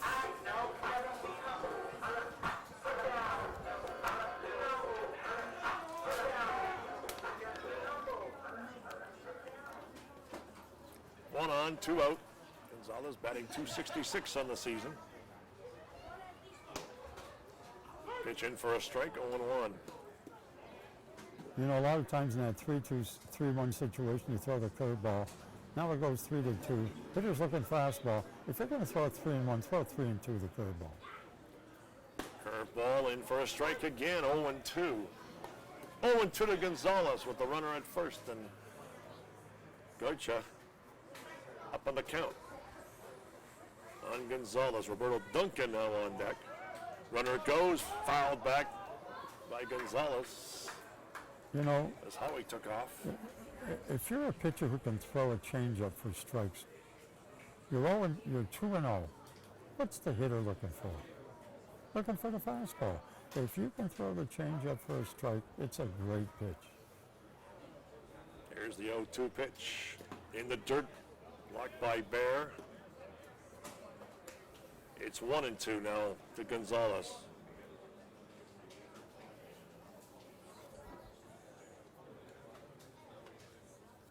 Howie's at first. He does run well.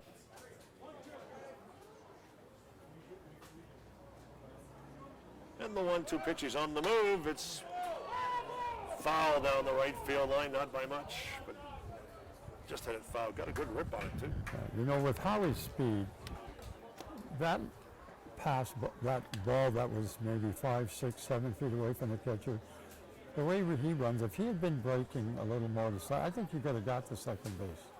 Because I don't think he can make that play, block the ball, go pick it up and throw him out.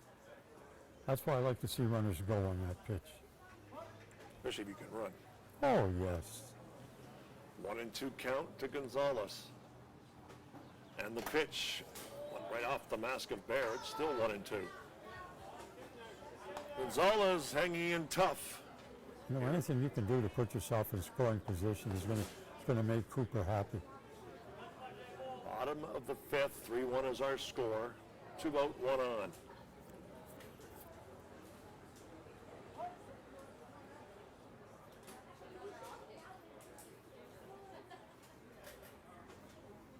1-2 pitch, how he goes. It's hit hard. Second baseman made the play. Throw to first. Hit the lip, eh? Yeah, he did. Bryant with the throw to first, and that's the end of the inning. For the Giants, no runs. So no runs and no hits. And the scores, we go to the top of the sixth. The Giants lead it 3-1 over the Clippers. We're coming back right after this.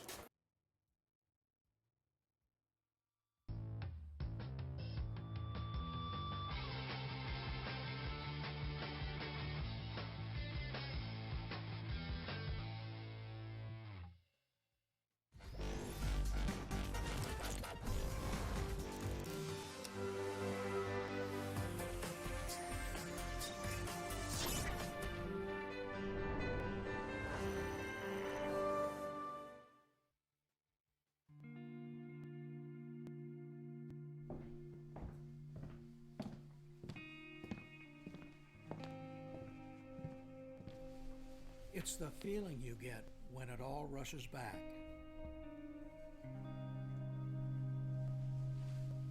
The lights, the sounds, the thrill.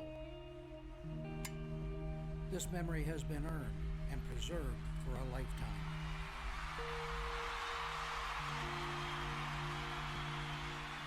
Every ring has its story. What will yours say?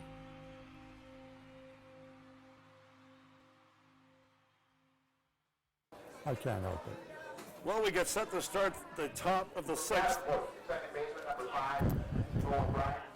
Second baseman Nolan Bryant will lead off for the Clippers here in the top of the sixth inning. Clippers have been limited to just 2 hits so far here on the night. Bullington with a ground ball to first. It gets by the first baseman. Pitcher covering. I think he gets him. He did. Great play by Bullington on the cover. There's the rule. Anything hit to your left, go to the bag, and sure enough, he gets to the bag. The second baseman backs up the first baseman. Alert play by the second baseman, even more alert by the pitcher. Absolutely. And they make the play, and it's run away here on the top of the sixth inning. So we'll give him 10 marks for that. 10 out of 10. They'll bring up Cameron Bear, the catcher, 0 for 1 tonight. Here in the top of the sixth with 1 away. Now, 3-1's our score. any kids watching this game, when you field the ball from the ground up with your glove on the ground. If it stays low, it goes into your glove. That time, you didn't have the glove down on the ground.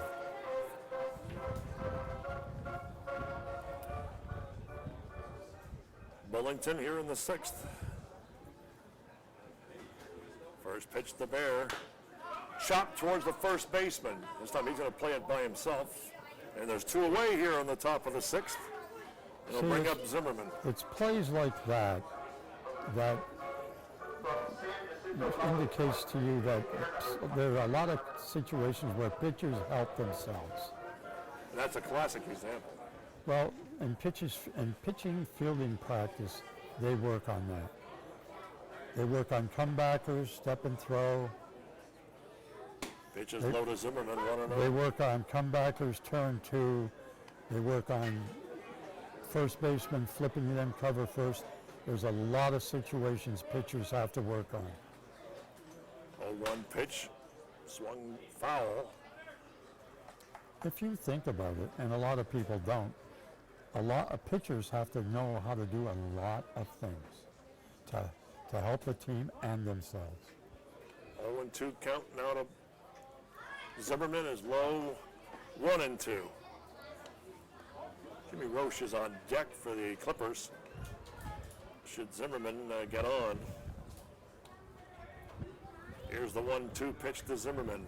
Curveball is swung off and hit foul behind, actually on the clubhouse. And it rolls off to our side. Count remains 1-2. I love it. Every time there's a foul ball hit, the kids are running. And the pitch curveball is popped up, but it's going to be out of play behind us. Yeah, that was behind us all right, right on top of us. It wasn't for the roof. Oh, yeah, that resounding thud was the ball off the roof. Here's the 1-2 pitch. Strike 3, got him. Got him swinging, 3 up and 3 down, and we come to the bottom of the sixth. And the Green Giants still maintain their 3-1 lead. The pitcher's pitching another nice game. Reminds me of his last appearance. So we come to the bottom of the 6th inning. Got up and the Green Giants have played well tonight defensively. They've pitched well. Not doing a lot of hitting yet, but they've done enough so far to have the lead after as we go to the bottom half of the 6th inning. It proves the old adage, Bill. Pitching and defense, you can't beat it. Well, if you want to advertise with We TV and you want your commercial seen during the Green Giant broadcast, or you want to see your logo next to the stats of the game, you can email us at sales@we-tv.ca, and the folks will certainly be happy to get back to you with further information.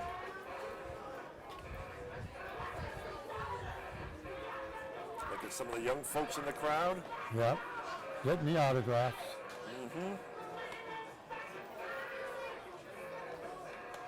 Been a pitcher's duel in some sort because Gotcha has pitched well. He gave up the 3 big hits in the 1 inning there, but other than that, he's given up 5 hits in 5 innings, but 3 were in 1 inning. Bullpen active. Yeah. For the Clippers, as we are here in the bottom of the 6th inning, Duncan, Barkley, and Deneau are the 3 scheduled batters. For the Green Giants. For the right-hander warming up in the pen, and a left-hander warming up in the Green Giants pen. You know, Bill, I got to ask the question. Bear caught last night, he's catching again tonight. Is that indicative of the fact that they don't have another catcher? Or is it the fact that he has such a good bat, they don't want to put in? Maybe a little bit of both, and he's a workhorse behind the plate. Oh. First pitch is outside, ball 1 to Duncan, who was 1 for 2 tonight. Aside from playing a fine game so far at third base. Look out, ripped it right at the Green, gee, must be mad at somebody, right at the Green Giants dugout. Well, it was a chance for Chico to make a big play.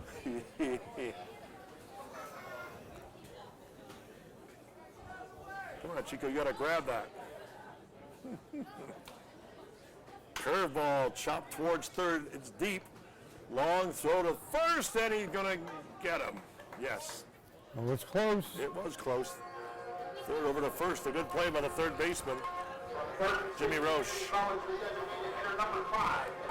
We bring up Ty Barkley, who had a sacrifice the last inning and a run scored, RBI I should say. He's 0 for, actually he's not officially having a bat this game, a walk and a sacrifice for the DH tonight, Ty Barkley.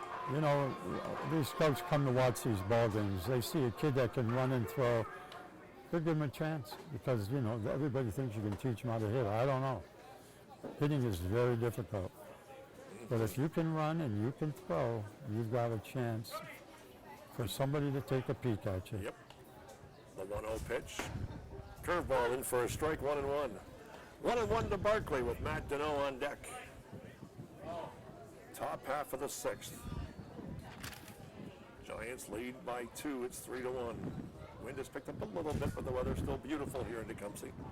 Curveball swung on it to the shortstop. It's deep again. Long throw to first, and he gets him. You know, you see that more and more all the time, that long throw. They make that one hop throw to the pitcher, first baseman. I see it more all the time. He's deep in the hole. Look at this. Perfect. Yeah. Travager with the throw to the first baseman. You know, that's a tough throw from the hole. Especially going to your right if you really have to get over there to get it. 2 away here in the 6th. They'll bring up Deneau, who is 1 for 2. Curveball is outside, 1-0. Adam Tanui on deck. You know, there are some guest hitters around, and there's a few guys I'm sure with this guy now would be guessing curveball on the first pitch. 1-0 count to Deneau. Fastball hit hard to third. Throw to first, he's going to get him. It's up, 3 up and 3 down, and we go to the top half of the 7th. This is the end of the 6th. Green Giants lead it 3-1. We'll be back with more right after this.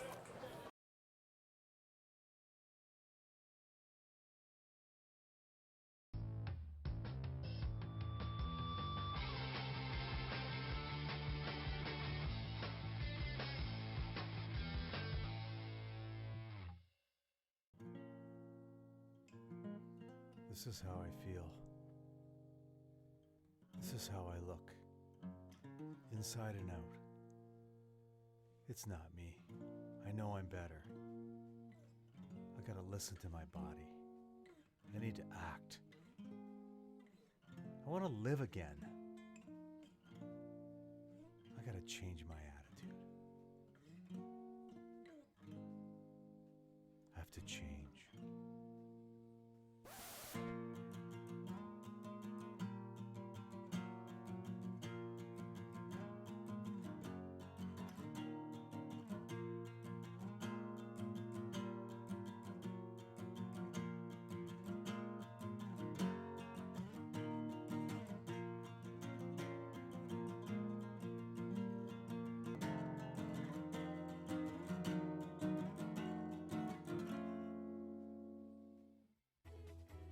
Every child should learn how to swim for health, for safety, and for fun.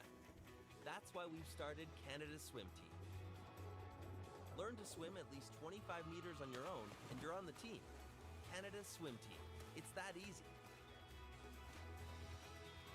Help make us the world's largest swim team by adding your name at getswimming.ca. Ask your parents first. Swimming, the only sport that can save your life.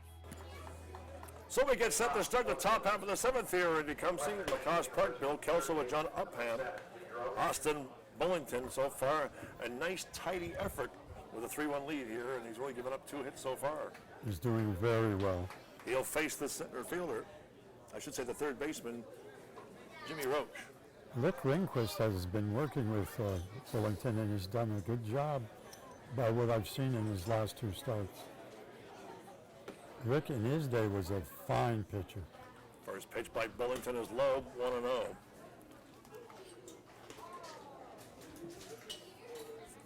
Three strikeouts, a walk, and hits batsman so far in this first 6 innings for Bullington. His second pitch of the inning is up high, 2-0. 2-0 the count on Roche. Henderson and I hope I didn't put a curse on him here. Come back and get him. And the pitch. Batted foul down the third baseline. 2-1. Out to the left fielder. Dukovic is the third batter in the inning, following Henderson. Good dog.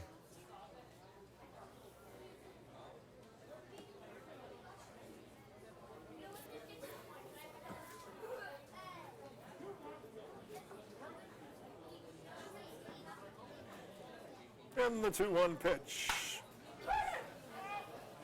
Ball is well hit. Very well hit. And it's gone.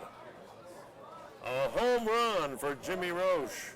To right center field. And that it's ball 3-2. He hit a mile, didn't he?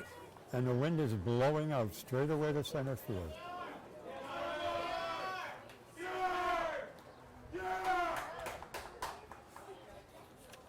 So Roche hits the home run. Look at this.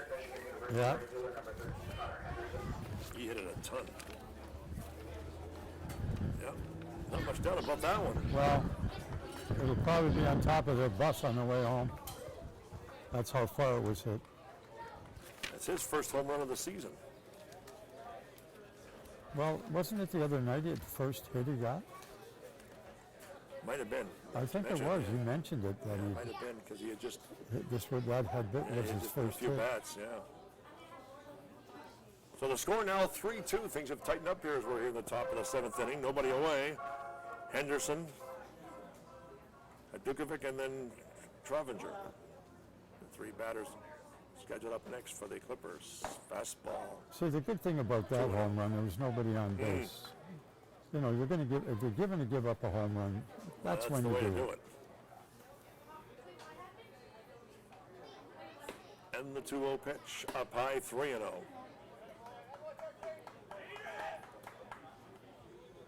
Three and 0 the count. See, there's the idea. You can't let that home run bother you.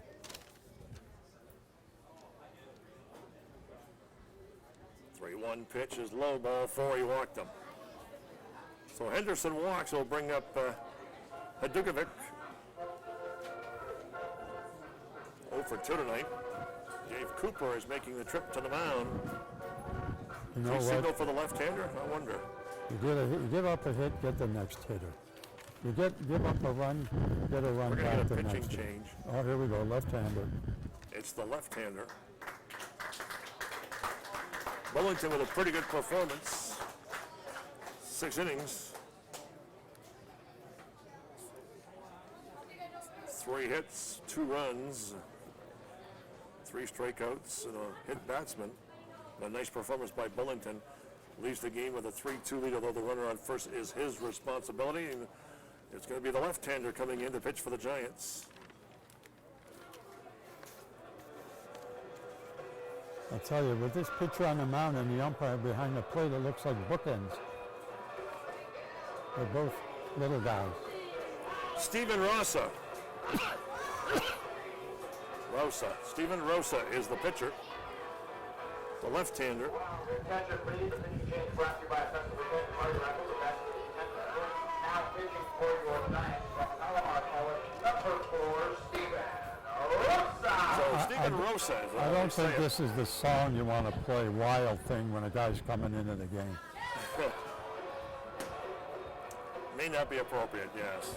Not ominous or what?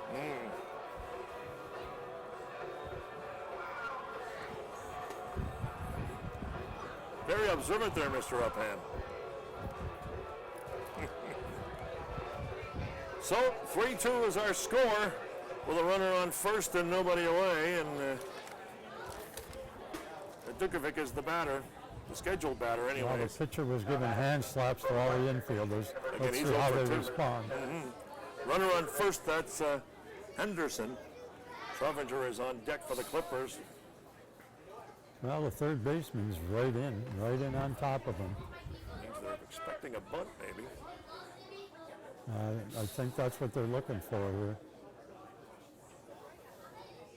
First pitch. In for a strike. 1 strike. To Dukovic.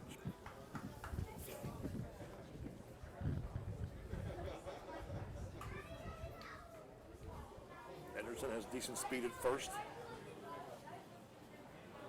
And the 0-1 curveball in for a strike. 0-2. Nice slow curve.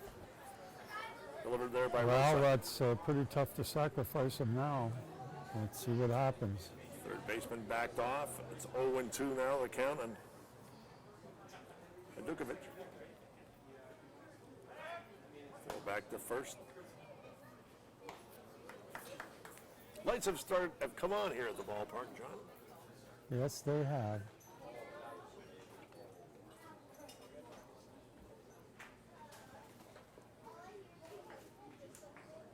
And the 0-2 pitch. Low curve. Struck him out. The Runner hitter is advanced to out, but the second. runner moves to second. Catcher Deneau had trouble with it. Nevertheless, runner goes to second on the strikeout, and he'll bring up Tyler Trovinger. Well, like a sacrifice, wasn't it? Batter's out, but the man's on second.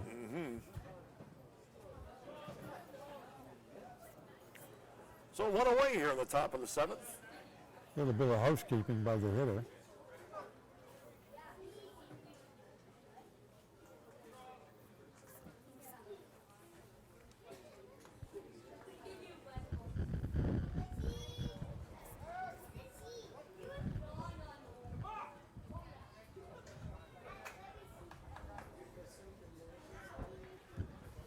Delay in the proceedings here. Rosa taking his time. First pitch to Trovinger. There goes the runner. No chance. Nope. And sliding in safely is Henderson, so he's at third now with 1 away. Now the pitcher's a little upset. Boy, did he get a jump. Oh, yes, he Oh, did. my goodness. That is a true theft. He's a felon. Runner at third with 1 out. And the pitch. It's low, 2-0. 2-0 the count on Trovinger. Those Mike walks. Lamia is on deck for the Clippers. And the 2-0 pitch. Good pitch, it's 2-1. 2-1 to Trovinger. See, it wasn't the home run that was tough, it was the walk after the home run. But let's see if the lefty can come and get it done.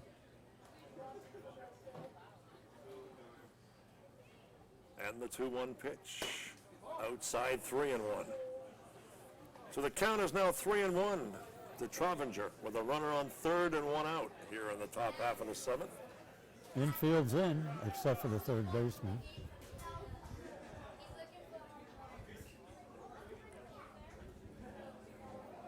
Rosa DeLillers, good pitch, strike two, 3-2.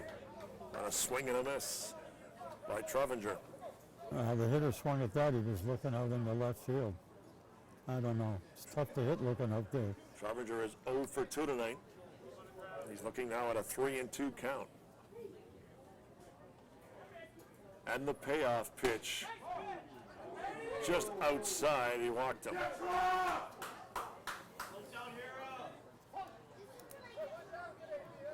So it's going to be first and third now with just one away. From Davenport University, center fielder number 26, Lalamian. So Luke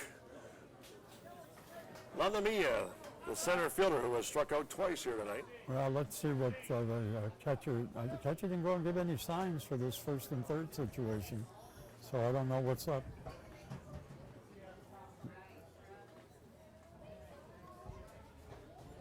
And the pitch, a nice bunt down the line, and everybody's going to be safe. And the run scores. There's an example of a perfect push bunt. If you get it by the pitcher, there's nobody going to throw you out. Not only did he get a base hit, they scored a run. Anderson scores to tie the game. Look at this, perfectly placed. And nobody at first base to get the runner, and everybody is safe. My only question is, if we get to see the play again, why does that pitcher have a glove on his hand? It was on that side. He could have made that play with the glove. Chico Labute's going to come out and talk to Rosa. Bryce Kelly is the batter at the lefty against the lefty with first and second. One away, and we are tied at 3 here in the 7th inning.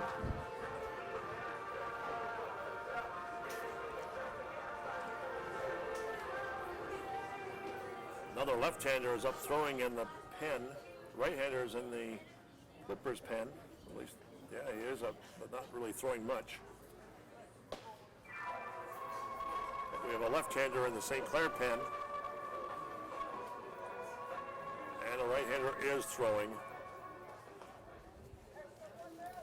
I think they were discussing the situation with the runner on second that stole third.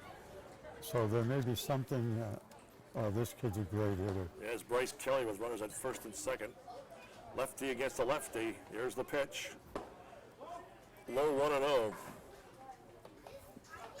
1-0 to Kelly.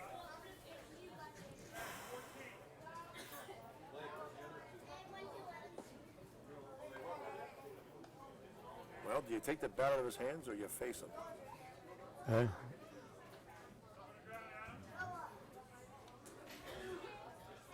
Here's the 1-0 pitch. Low 2-0. He's got a pitch to him. You know, you got the opportunity here for a double play. Tough to double him up, though. He's got good speed. Well, depends how sharply the ball's hit. We saw last night a line drive and double up. Here's the 2-0 pitch. Up high, 3-0. Now we're noticing the pitcher taking 2 and 3 looks at the guy at second instead of one look and pitch, one look and pitch. So 3-0 the count on Kelly. You got to know what he'll be taking.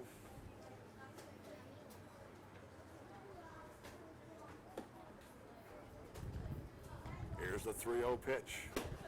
In for a strike, 3-1. 3-1 to Bryce Kelly. Well, does he have to go ahead? What do you think, John? 3-1. Well, he's a good hitter. it might have been a situation where if you get the pitch you like, hit it.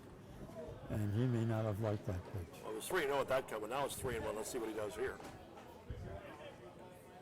Here it is.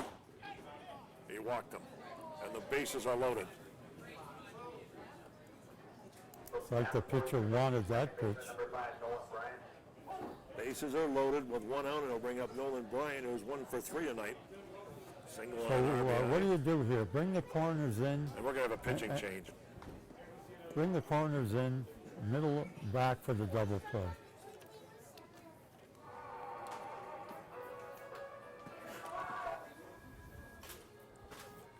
Three is our score. The third run that the Clippers scored was charged to Bullington. That was his runner. However, 2 runners on base. 3 runners on base now are all Rosa's responsibility. Correct? The 3 runners on base are now Rosa's responsibility, all 3. Yes. So Rosa pitches a third. The left-hander coming in is Jeff Wodiak from Queen Creek, Arizona. He pitched well. He struck out 3 guys, I believe, in his last inning. That was Mueller you're thinking of. Was it? Yeah. Well, this kid did a nice job as well. So Wodiak on the mound for the Green Giants here in the top half of the 7th inning. He's going to face a bases-loaded lineup So lefty against lefty. against Nolan Bryant. And then the catcher, Cameron Bear, who's also left-handed. So the next 2 batters are left-handed. Well, that's probably why they brought a left-hander in.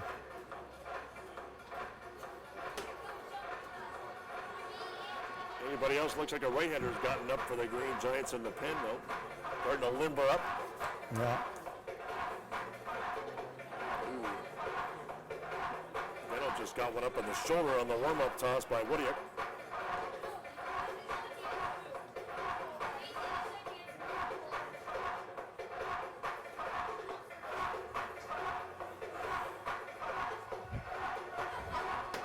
Game was moving along nicely until the 7th. At least I'm talking about time as well as score. Yes. But now, I really believe that home run rattled the right-hander. that being said, John, and just speculating more so than anything, that's a cute picture that we can see on the screen. If the Giants can somehow stem the tide here, it's been a long inning. If a new pitcher comes in, that makes it very interesting from a Giants perspective. Well, I think it's ideal that the pitcher coming in is going to start the inning because the other fellows sat in that bullpen all this time. So if the manager's going to make the change, make it to start the inning. Be very interesting as the Giants now, again now with the bases loaded on 1 out for Bryant and Wodiak. Going to try to stop the bleeding here in the top half of the 7th inning. We are tied at 3. Well, the middle of the infield is back for the double play, and they got corners in.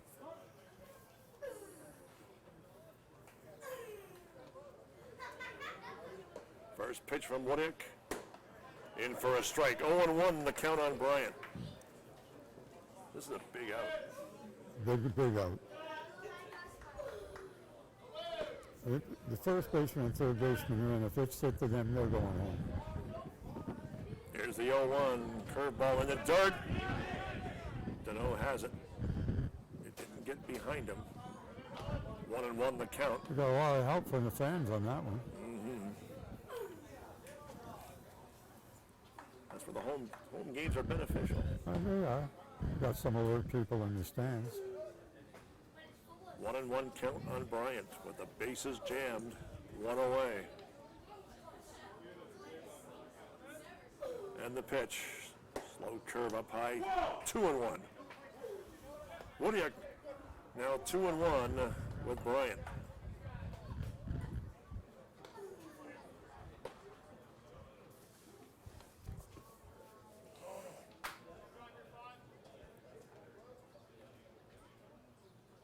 And the 2-1 pitch is low, 3-1. Nowhere to put him, John Upham. Well, you got to come in and throw strikes. You know, it's lefty against lefty here. You got to throw strikes. You know you got the bases loaded. If you're going to do it, get them to ground into a double play, line into a double play. Here's the 3-1 in for a strike. It's 3-2. Good pitch. 3-2 count on Bryant. Bases loaded, 1 out.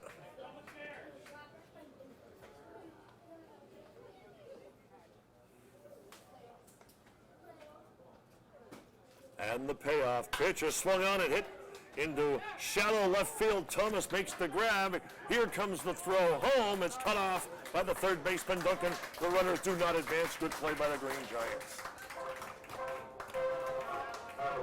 Well, good play by the left fielder. Hits the cutoff man.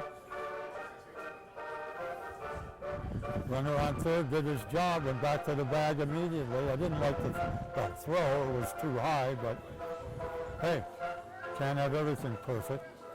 We'll bring up Cameron Bear with the bases loaded. He's 0 for 2 tonight with a walk. Well, we got forces all the way around here, which is good. 4 bases to work with, John. Yep. First pitch, curveball in for a strike. 0-1-1. This kid's done the job. Come back from 3-1. Gets the out, no run scores. Now he gets ahead of the hitter. Like what I see. The 0-1 to Bear. Curveball is driven into right field. It is off the fence. 2 runs will score, and it's now 5-3. That was deep into right field in the corner. Was that high off the fence? I couldn't see. Couldn't see either. Maybe we'll Let's get have a look We here. may get a look. I couldn't see from our vantage point. Here it is now. San Jacinto College North, the designated hitter number 20, Peter Zimmerman. Oh yeah, way high off the fence. Yep. No chance of making a play on that ball. Bear drives in 2 runs.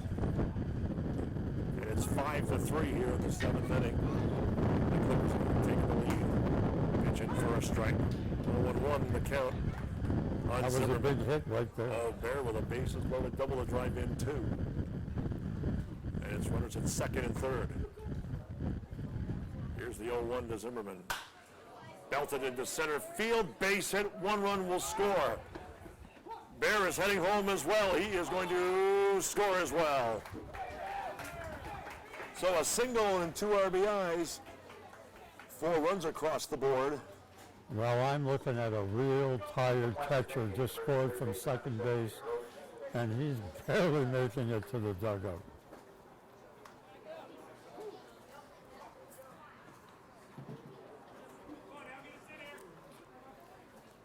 That's 5 runs on the inning.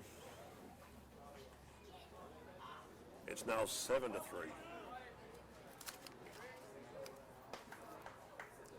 Make sure I've got that right.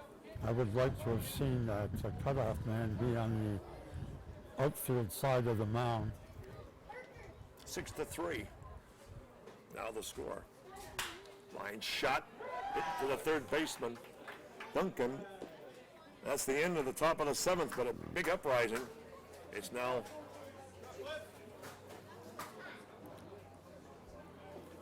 5-3. 6-3. 6-3. Six? Yeah, they had 5 in the inning. 6 in the inning, so it's Yep. 7-3. Trying to keep score here, but looking at the scoreboard, they get the scoreboard wrong out there. For the Clippers, the 6 runs, 4 hits. So 6 runs and 4 hits, it makes it 7. As we come to the bottom of the 7th inning, John, and a huge inning Yes, for the it was. Clippers. Ladies and gentlemen, 7th inning stretch brought to you by If you look back on that inning, it looked to me like that leadoff home run upset the pitcher. Cupsey Road and Walker Road in Windsor. You want the next batter. Taking out to the ball. So 7-3 is our score as we are in the bottom of the 7th inning. The new pitcher, number 25, Chris Sparks. As Nolan Ryan says, if the hitter gets a hit off, you get the next hitter out. So forget about what happened and go after the next hitter. Easier said than done. Look at our standings. The Green Giants with a game and a half lead in first place with a 13-6 record. But they trail now here 7-3 if we come into the bottom of the 7th inning. Monarchs are at 11-7. And then you've got Grand River followed by Muskegon and then Irish Hills. But the Clippers here tonight mounting a comeback.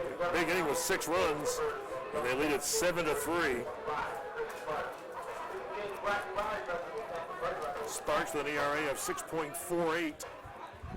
Well, they brought in the new pitcher, which is what they should have done. And now he gets to start the inning as opposed to coming in with runners on. Adam Tanui hit a home run his last time up as the leadoff hitter for the Green Giants. He'll be followed by Roland and then Thomas. But it's a long climb hill back here. Uphill for the Green Giants here in the 7th. Pitch is high and away, 1-0 to Tanui. Boy, that's tough. That was a tough inning. Giving up 6. 1-1. Goitia pitched well. 6 innings, 5 hits, and 3 runs. Yep. A good outing for him. Tanui batting .370. Outside, 2-1. 2-1 to Adam Tanui.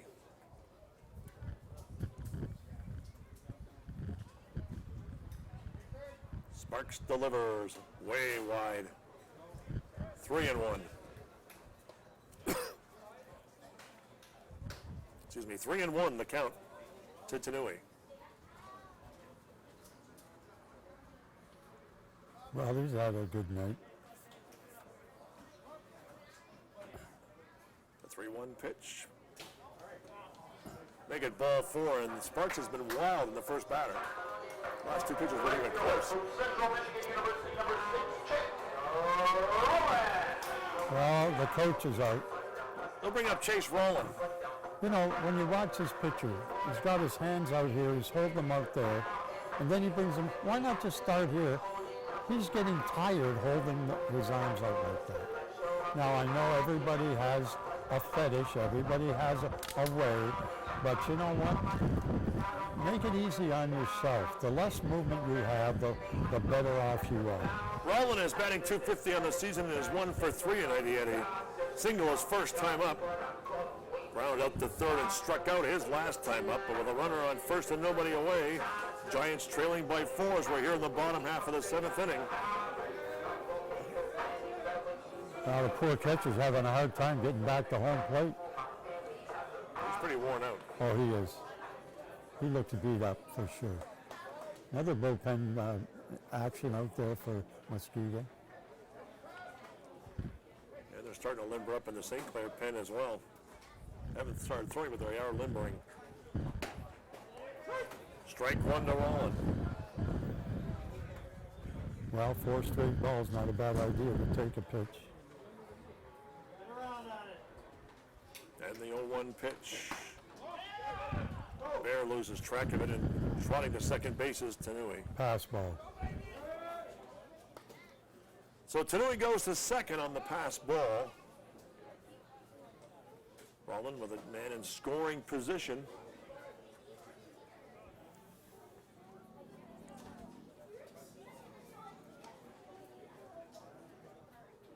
And the 1-1 pitch. Curveball. Outside 2-1. 2-1 the count on Rowland. Jalen Thomas on deck for the Green Giants. I'm just looking at the catcher. He's pretty deep back there. And the pitch. Good one. 2-2. Good pitch by Sparks. It's 2-2 on Rowland. You're thinking maybe they should run on him, don't you? You're thinking they maybe should run on the tired catcher. Not there. Well, see, he's having a hard time. That's another pass ball.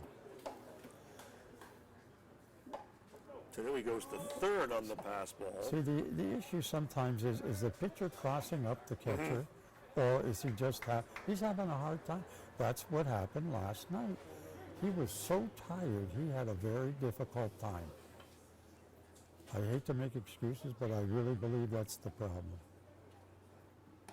Fastball is hit into right center field, base hit. cut off by the right fielder, effectively by Henderson. But the run scores, and it's now 7-4 on the single and RBI for Roland. Solid hit by Roland. From Madonna University, the left fielder, number 15. Well, there it is, eh? The baseline balls Come back to bite you. right between them. Very nice. Going to bring up Jalen Thomas, who has struggled tonight. He's 0 for 3 and has struck out the last 2 times up. They could use his bat here. Well, In this situation. if they've been watching him tonight, they might give him some curveballs. And the first pitch. It was a curve, but it missed. It's 1-0. They've been giving him a steady diet of curveballs. Roland can run. And the pitch. Fastball is low. 2-0. 2-0 to Thomas. McKenna is on deck. So we're getting into the heart of the St. Clair lineup. I would be looking for one thing right now, a fastball where I can handle it. And the pitch. In for a strike. 2-1. 2-1 the count on Thomas.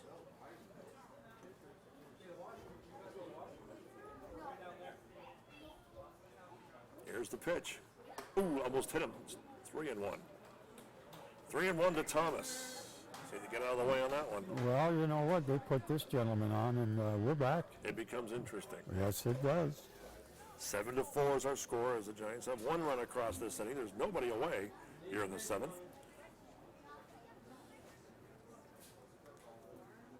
The 3-1 pitch hit hard to the third baseman. Throw to second for 1, back to first, and he gets him. Double play. 5-4 to 3 double play. Let's watch this replay.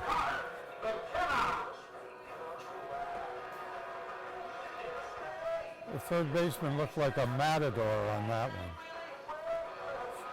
But made the play. I'd still rather see him in front of the ball. 2 away. We've seen an earlier one bounce over his glove for a base hit. Chop foul by McKenna. 2 Well, out. they, Nobody on, and it's 7-4. put a little water on that fire in a hurry, didn't they? Pitcher's best friend, the old double play. Oh, 1 pitch from Sparks in tight, 1-1. 1-1 to McKenna. 0 for 2 tonight with a walk. Nick Howie on deck for the Green Giants. Fastball fouled back by McKenna, 1-2. 1-2 to counter McKenna.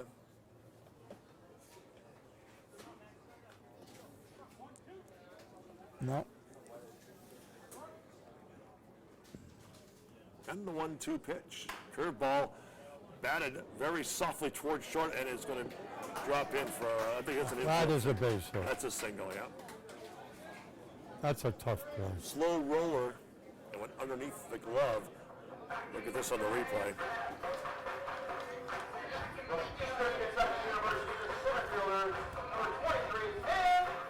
We'll bring up Nick Howie with McKenna on base. 1 on, 2 out. Scored a hit.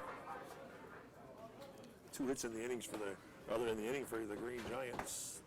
Pitches The only inside. way he could have made that play is with the bare hand. And that wasn't going to happen. Actually, it was hit hard enough, it would have been a tough play with the bare hand. There goes Roland. I should say McKenna to throw to second, and he is safe. That's that speed you were talking about, Bill. There it Good, is, good right speed there. and a stolen base. Man in scoring position with 2 out. With Howie at the dish, he's 0 for 2. He struck out twice and walked his last time up. Howie due to do some damage here in this one. With the Green Giants trailing by 3 here in the 7th. The 2-0 pitch. Swung on, hit foul. Good rip at that one. Did get a good rip. 2-1 to Nick Howie. Now let's lay out that high fastball unless it's in the strike zone here.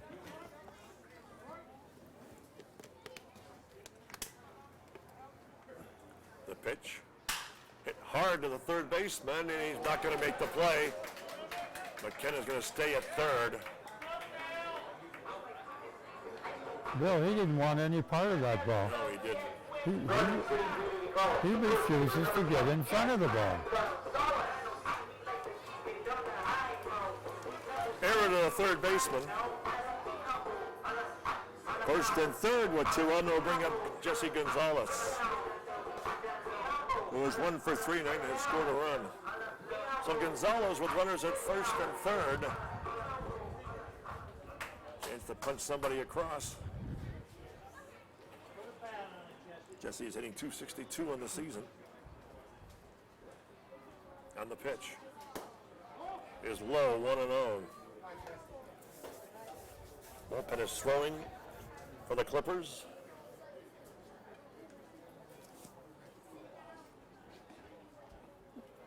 Probably might steal. And the pitch outside, 2-0 to Gonzalez.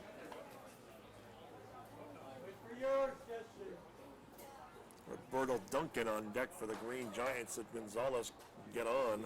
Well, I don't think Cooper wants to take the bat out of this guy's hands. Here's the pitch. 3-0 the count on Gonzalez. Cooper likes him as a hitter. That's why I don't think Howie's running.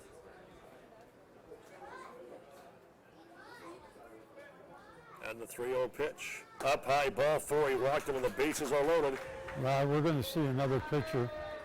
I'm pretty sure. Here he comes. He's That's coming. a right-hander. So that'll be the end of the night for Sparks here on the 7th. I hate to say this, but I think Sparks might have lit a fire here.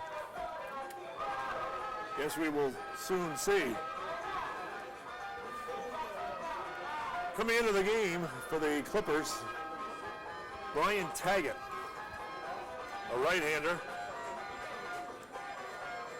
Has not been throwing a lot in the pen. So Taggett replaces Sparks. 7-4 is our score here in the bottom half of the 7th inning. But the Green Giants have a little bit of life with the bases jammed for Roberto Duncan, who, John, is 1 for 3 tonight with a single. Well, they're coming in the pitch with the bases loaded. Not an easy thing to do, but you still got to throw strikes. Well, he has 16 strikeouts in 14 and 2/3 innings pitched with an impressive 3.07 ERA, and he has pitched in 7 games. So they do use him a lot, John. Well, there must be a reason.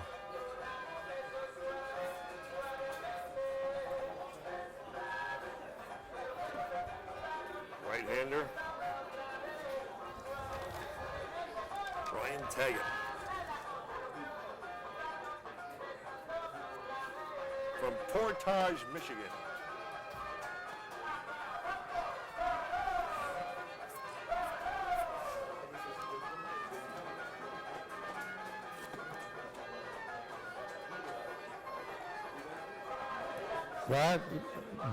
That ball was right down the middle, and the catcher couldn't handle it.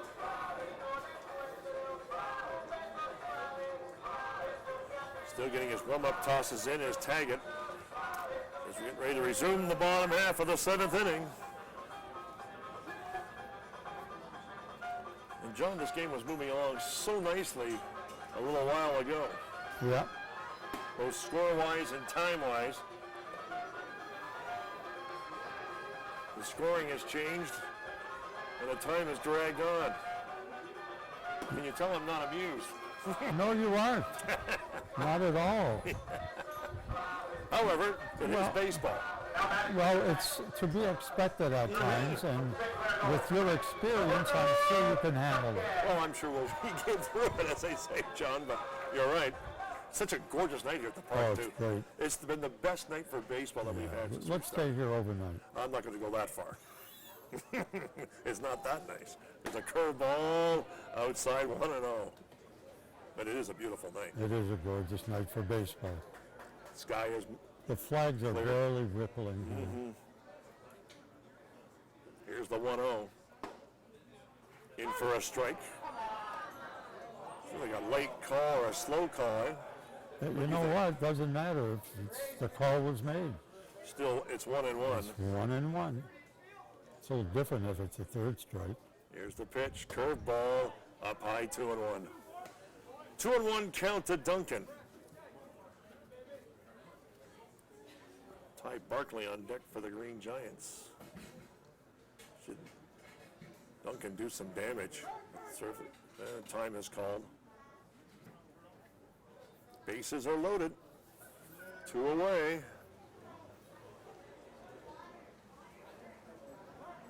It's been another long inning.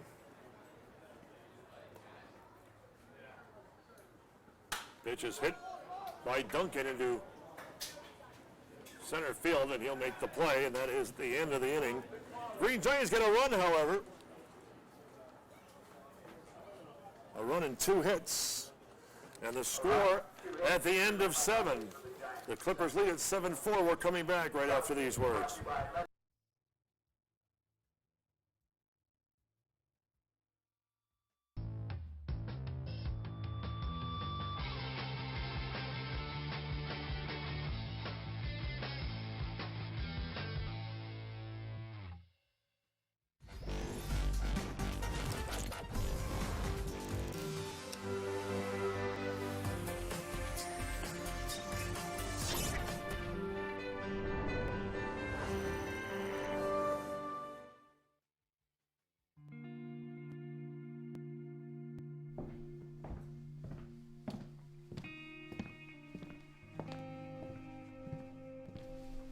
It's the feeling you get when it all rushes back.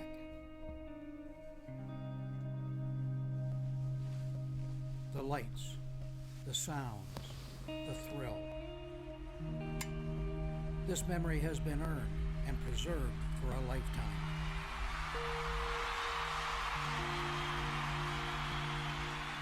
Every ring has its story. What will yours say?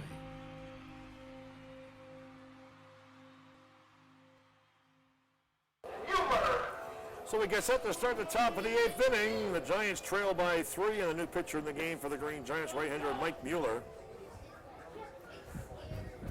Who had a great outing the last time. Yeah, he struck out 3 in 1 inning. So Mueller has pitched 2 innings from the season. Just joining the club, 3 strikeouts in those 2 innings, and he has an ERA of 0.00. So Mueller on the mound. Here to start the 8th inning. He'll face Jimmy Roach, Connor Henderson, and Ethan Dukovic. Here in the 8th inning. 7-4 is our score. 7 runs, 6 hits, and they've committed 2 errors for the Clippers. Green Giants have 4 runs and 7 hits, and they have committed 1 error. From Western Michigan University, right fielder number 13, Connor Henderson. Actually, it's Connor Henderson who will lead things off.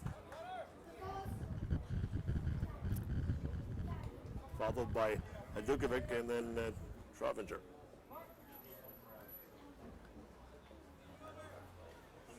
First pitch to Henderson. Is popped up, shortstop, McKenna drifting back. He'll make the play easily. 1 away here in the 8th. Well, there's a quick out.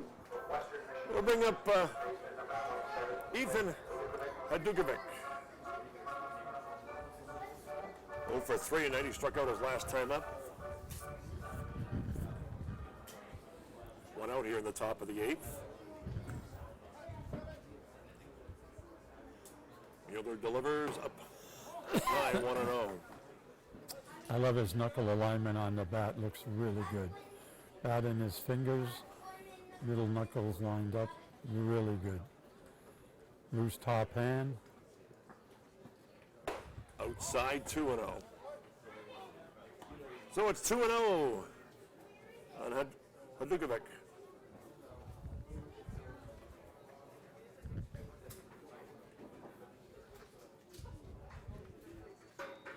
The 2-0 pitch. Fouled back, 2-1. Nice swing.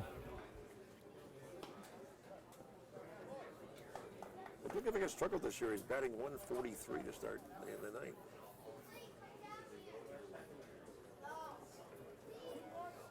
Count now 2-1. Tough year so far. And the pitch. Fouled out of play on the left side. 2-2. Swung at that one's almost by him. 2-2 the count.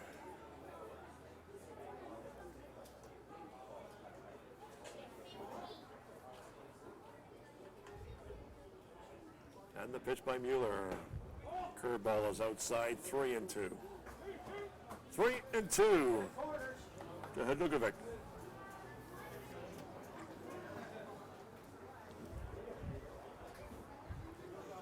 Mueller delivers. Fastball just getting a piece. Good pitch. Was Hadukovic just got a piece of it. Fouled it off the screen. 3-2. Count remains.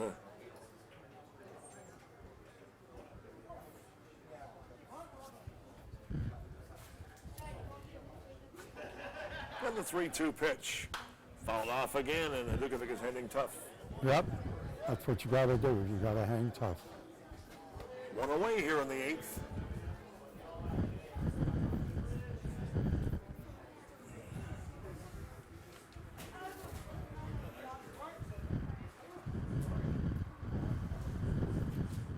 And the payoff pitch. Fastball is swung on and hit into right field, making the play will be rolling. Look how far the second baseman got out on that ball. So 2 away here in the 8th. I've talked about it before, eh? Pop-up, infielder, it's his until he's called off. I'll tell you, I knew he got out there well. That's the way it's supposed to be. Tyler Trovinger is the batter. He's 0 for 2 tonight. Walked his That's last one time thing up. about the old Tom Nelson from Windsor was the best ever I've seen on pop-ups. He just go get him like nobody's business. Curveball outside, 1-0 to Trovinger. Tom was an Olympian, Windsorite, second baseman. And the 1-0 count is now 1-1. Good pitch. 1-1 to Trovinger.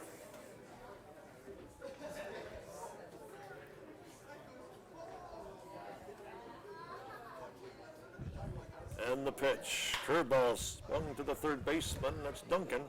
Long throw to first, and he gets a good stretch by Gonzalez. Did you see the difference between that third baseman fielding ground balls? Stark difference, wasn't it? Big difference.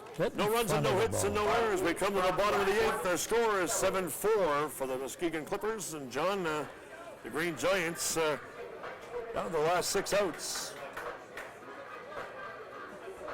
Well, if you want to advertise with WeTV and you want your commercial seen during the Green Giants broadcast or your logo seen next to the stats of the game, you can email us at sales@we-tv.ca, and we'll be more than happy to answer any questions for you and send any more information. As you were saying. well, this has been a strange game, and the pitcher was rolling along, just sailing, and nothing going on, and all of a sudden, bingo. Which, in the past, I have mentioned that when lightning strikes, it can really hurt you. So we get set to start. The bottom of the 8th will be Barkley, Deneau, and Tanuya, the scheduled hitters for the Green Giants. Here in the bottom of the 8th with the Giants trailing by 3.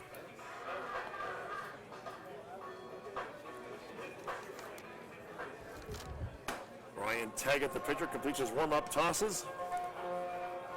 We get set to start the 8th inning. The designated hitter, number 5, Barkley. Barkley is 0 for 1 officially as a sacrifice and a walk and an RBI to his credit.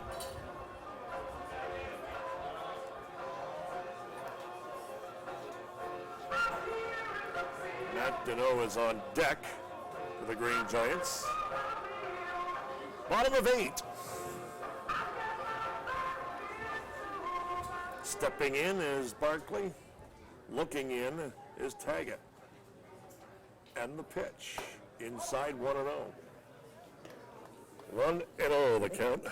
on Barkley. Well, let's get some base runners and see what we can do. Second pitch to Barkley is low, 2-0. 2-0 count on Barkley.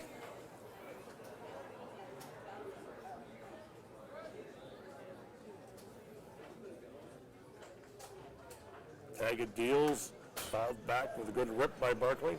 Yes, he did. I think that was the pitch he was looking for myself. Had a great rip at it and fouled it straight back. He was on the fastball. 2-1 count to Barkley. And the pitch, curveball, ball up high, 3-1. 3-1 count to Ty Barkley here in the bottom of the 8th inning.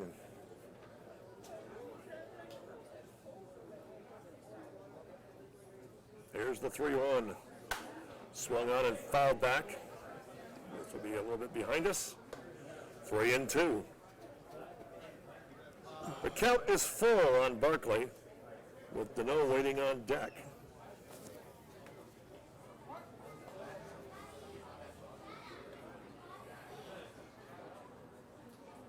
And the 3-2 pitch. Fastball is swung on and hit, but popped up to the infield. The first baseman has called for it. Dukovic makes the play, one away here in the bottom of the 8th. He'll bring up Deneau. From Madonna University, the catcher, number 17, Matt Deneau.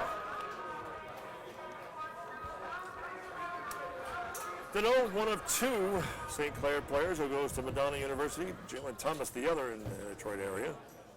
Deneau hitting .286 for the season. 1 for 3 tonight.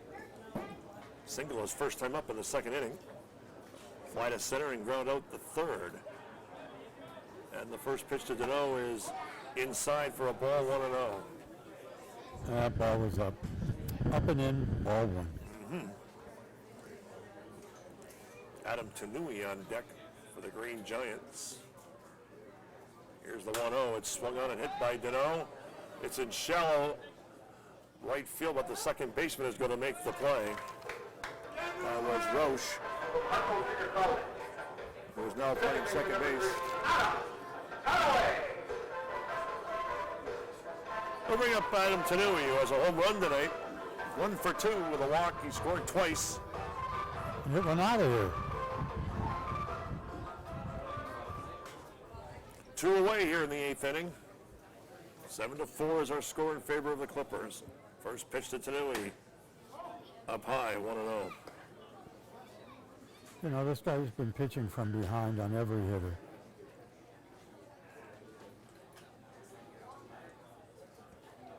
And the pitch, swung on and foul territory, and making the grab and making the out too is the third baseman. That was Roche. 3 up and 3 down. Score at the end of 8. The Clippers 7, the Green Giants 4. We'll be back with the 9th inning right after this.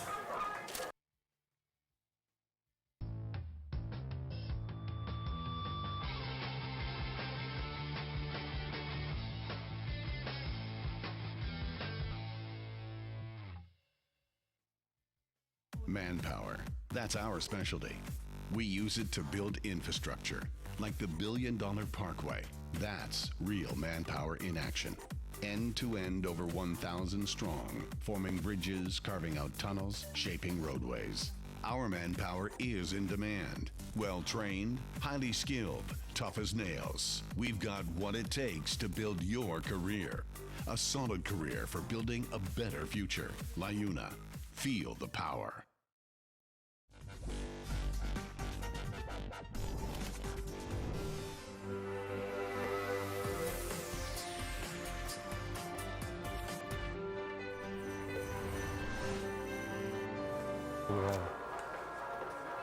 That's Mueller still pitching for the Green Giants as we're going to get set to start the top half of the 9th inning. And it's the old story, Bill. If you're a big leaguer, you get the job. Mueller, a right-hander.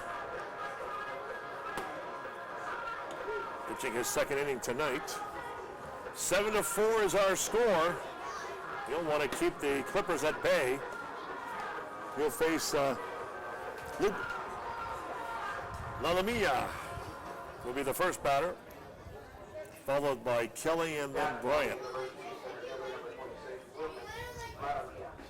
So, what's your weekend look like? R-E-S-T. Oh, sounds interesting. Yes, a 3-day weekend. I am going to rest up. Good for you. It's been a long stretch and time for a break. Yeah, Recharge the batteries, you know. regenerate. Good pitch. 0-1 count. Is a center fielder? Actually, he is the center fielder. 0-1 pitch. Curveball misses. 1-1. 1-1 count to Lalamia.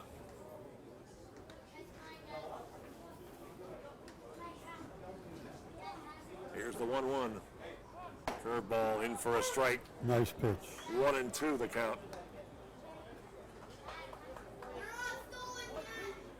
Lalamia is 1 for 3 tonight. Had a single his last time up. And the pitch. Got him.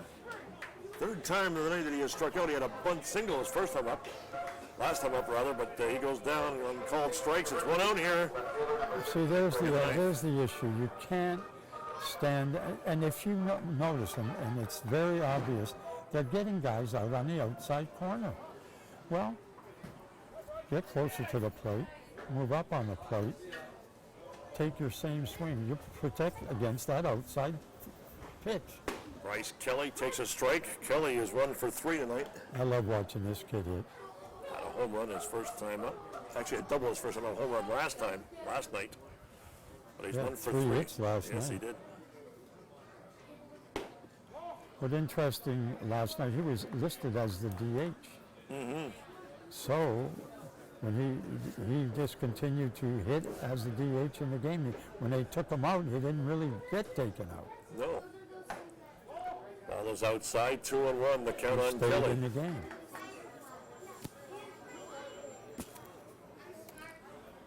2-1 count on Kelly with a 1 away. And the pitch by Mueller. Fastball is popped out down the left field line, running hard as Thomas. He's going to make the play. Great play by Thomas. Jalen Thomas with a fine running play to get Kelly out.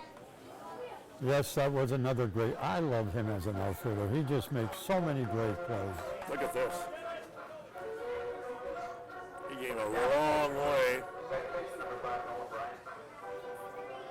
Nice play. Like I said last night, John, you never know he's had 2 torn ACLs and a torn meniscus. No. Curveball in for a It strike. just indicates to you that all the parts are working. You know, you get a good surgeon, it makes a big difference. 0-1 to Bryant. Just missed 1-1. 1-1 to Nolan Bryant. He's 1 for 4 tonight. He's a second baseman. I like him. I like the way he plays. And the pitch curveball is swung on and hit well to right field. And it is gone. A home run for Nolan Bryant, and he makes it 8-4. What can I say?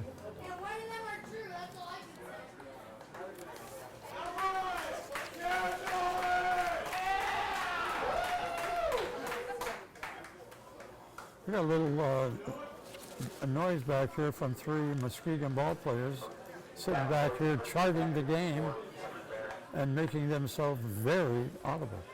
Vocal, yes. Is it vocal? That's the best term.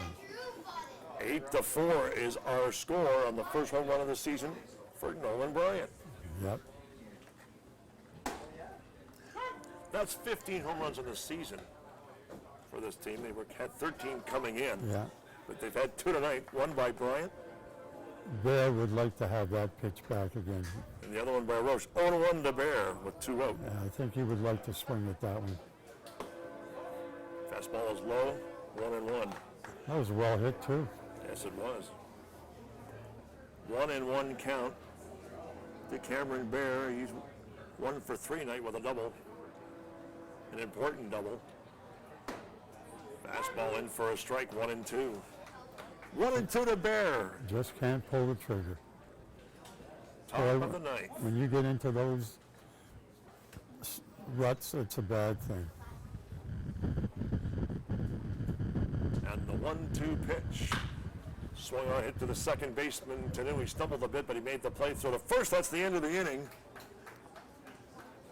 But the Clippers get a run on the home run by Bryant. 1 run and 1 hit. Scores we enter the bottom half of the ninth. It's 8-4 for the Clippers, John, and it's a long task to get this game back for the Green Giants. Well, we're going to have to do something drastic here. I don't know what we can do. We haven't gotten to this gentleman yet. Yes, they scored the 1 run off him. Yeah. Brian Taggett. Little pitch. Third inning for him. He came in relief of Sparks and has done a pretty nice job. Yes, you have. Get the feeling that he's their closer. Or certainly one of them. Has pitched well all season. And now the Giants will come up into the ninth inning with a 4-run deficit staring them in the face. Yes.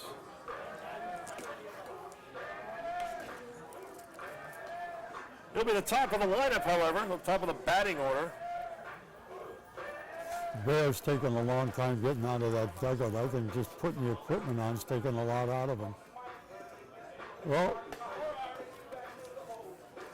Rowland, Thomas, and McKenna are the first 3 batters for the Green Giants. Here in the bottom half of the ninth inning, trailing by 4. Last time these two teams were here, they split the 2-game set. The Giants won the second one the last time and lost the first game. I think the scores were 6-3 and then 4-3, or 5-4, one of those two. Very close games. The right fielder from Central Michigan University, number 6, Chase Rowland, who's 2 for 4 tonight. He's had a nice night at the plate. well, let's see if we can get us started here. Hitting .260 on the season. Taggett on the mound for the Clippers. First pitch, in for a strike. 1 strike to Rowland. Crowd has gotten quiet here. Yes, it has. At the ballpark. Ball is hit up into center field. Not all that deep, and the center fielder will make the easy catch. from Muskegon University, the left That fielder, was number 15. Lalumia made the catch in center field, so there's 1 away, and it'll bring up Jalen Thomas, the left fielder. Take a guess, Bill. What do you think he's going to see on the first pitch? I think you'll see a curve. I believe you're right. That's all he's seen all night. And he has struck out twice. He's 0 for 4, and here's the first pitch. That was a Ooh, a fastball. Low, 1-0. Decided to change up What's on the him, second eh? pitch going to be? What do you think? Well, I don't want to get behind on this guy. Think he'll throw another fastball. Let's see. I think he'll throw a curve. He did throw a curve.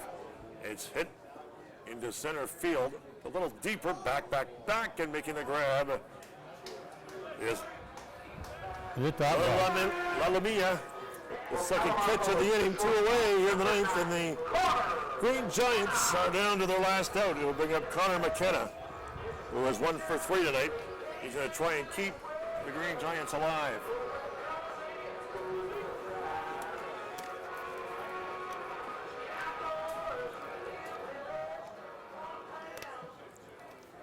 McKenna hitting .319 on the season. 2 outs here in the ninth. Fastball is outside, 1-0. Good time to go right after him. Hey, you got 2 out. You got a what? 4-run lead. Go get the hitter. Here's the 1-0. It's low, 2-0. A 6-run 7th inning by Muskegon, the difference in this one. It certainly was.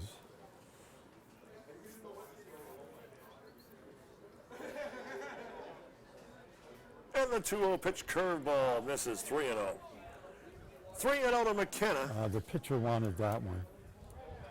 Nick Howie is on deck for the Green Giants. Said McKenna, do something and get on board. The count now is 3-0. Taggett deals. Ball 4, he walked him. Second walk given up by Taggett.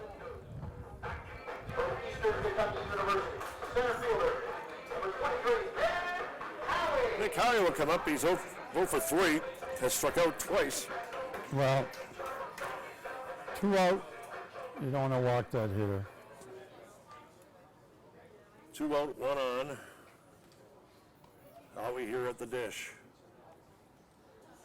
And the pitch in for a strike, 0-1. 0-1 count to Howie. Well, it was a good pitch, good location.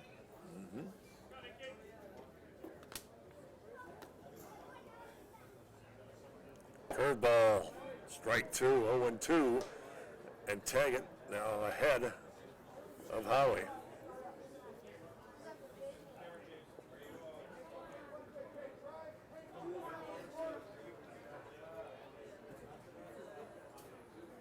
Here's the 0-2. Curveball swung on and popped up.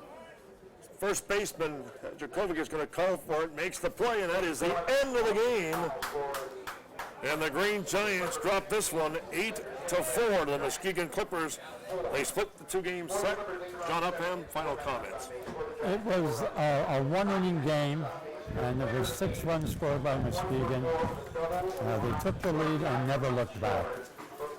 You know, they hit some home runs tonight. They got some base hits, and things just went well for them. And they didn't do well last night, so it was a nice bounce-back win for them. Good point, John. Nice being with you as always. We'll see you next time on July the 10th. Final score here, 8-4 in favor of the Clippers over the Green Giants. Dominic Papa on the other side will have the postgame for you. Good night, everybody, and we'll talk to you soon.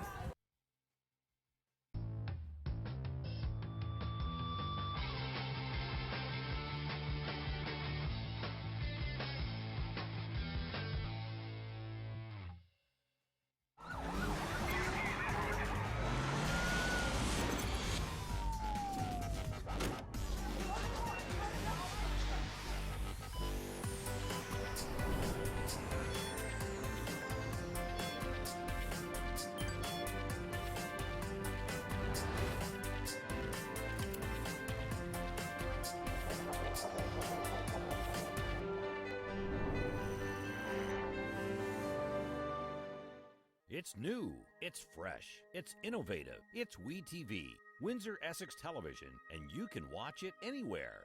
www.we-tv.ca is the place to be. If it's sports, entertainment, or community events, WeTV has what you're looking for. The people, places, and faces of our community are front and center on WeTV. Check out www.we-tv.ca for what's being webcast live. WeTV, we got you covered. Welcome back to Lacoste Park, the site of Great Lakes College baseball here on we-tv.ca. Dave Cooper, the coach of the St. Clair Green Giants, joins us on the post-game report. Coach Cooper, an 8-4 setback here tonight. We're just talking before coming back on air here. It seems like there's one inning in these losses anyways. Got a great record still, but one inning in these losses that cost the team here. Yeah, it happens. I mean, you know, a couple kids come in there.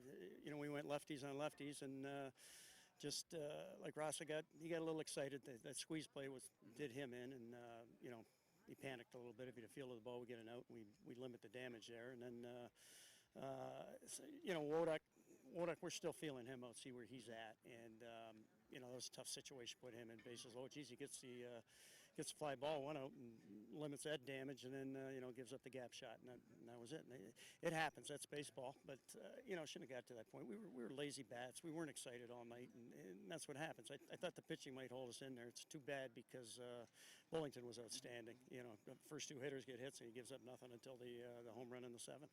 Yeah, the pitching's been good for the most part. The starting pitcher's been really good. 5-3 on this 8-game homestand, Coach Cooper. Happy with that, and what did you, I guess, learn that much more about your team during this stint?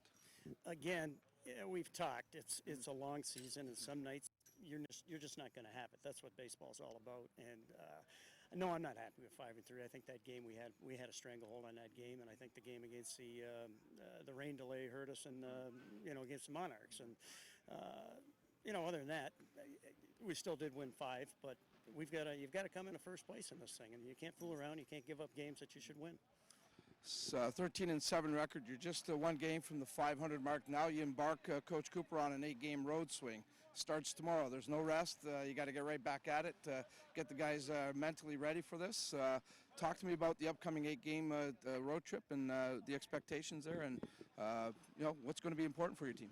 Like I said, everybody in this league's in the same situation. They know they have to win to keep pace, and they can't let us slide away. But we're in a situation if we can.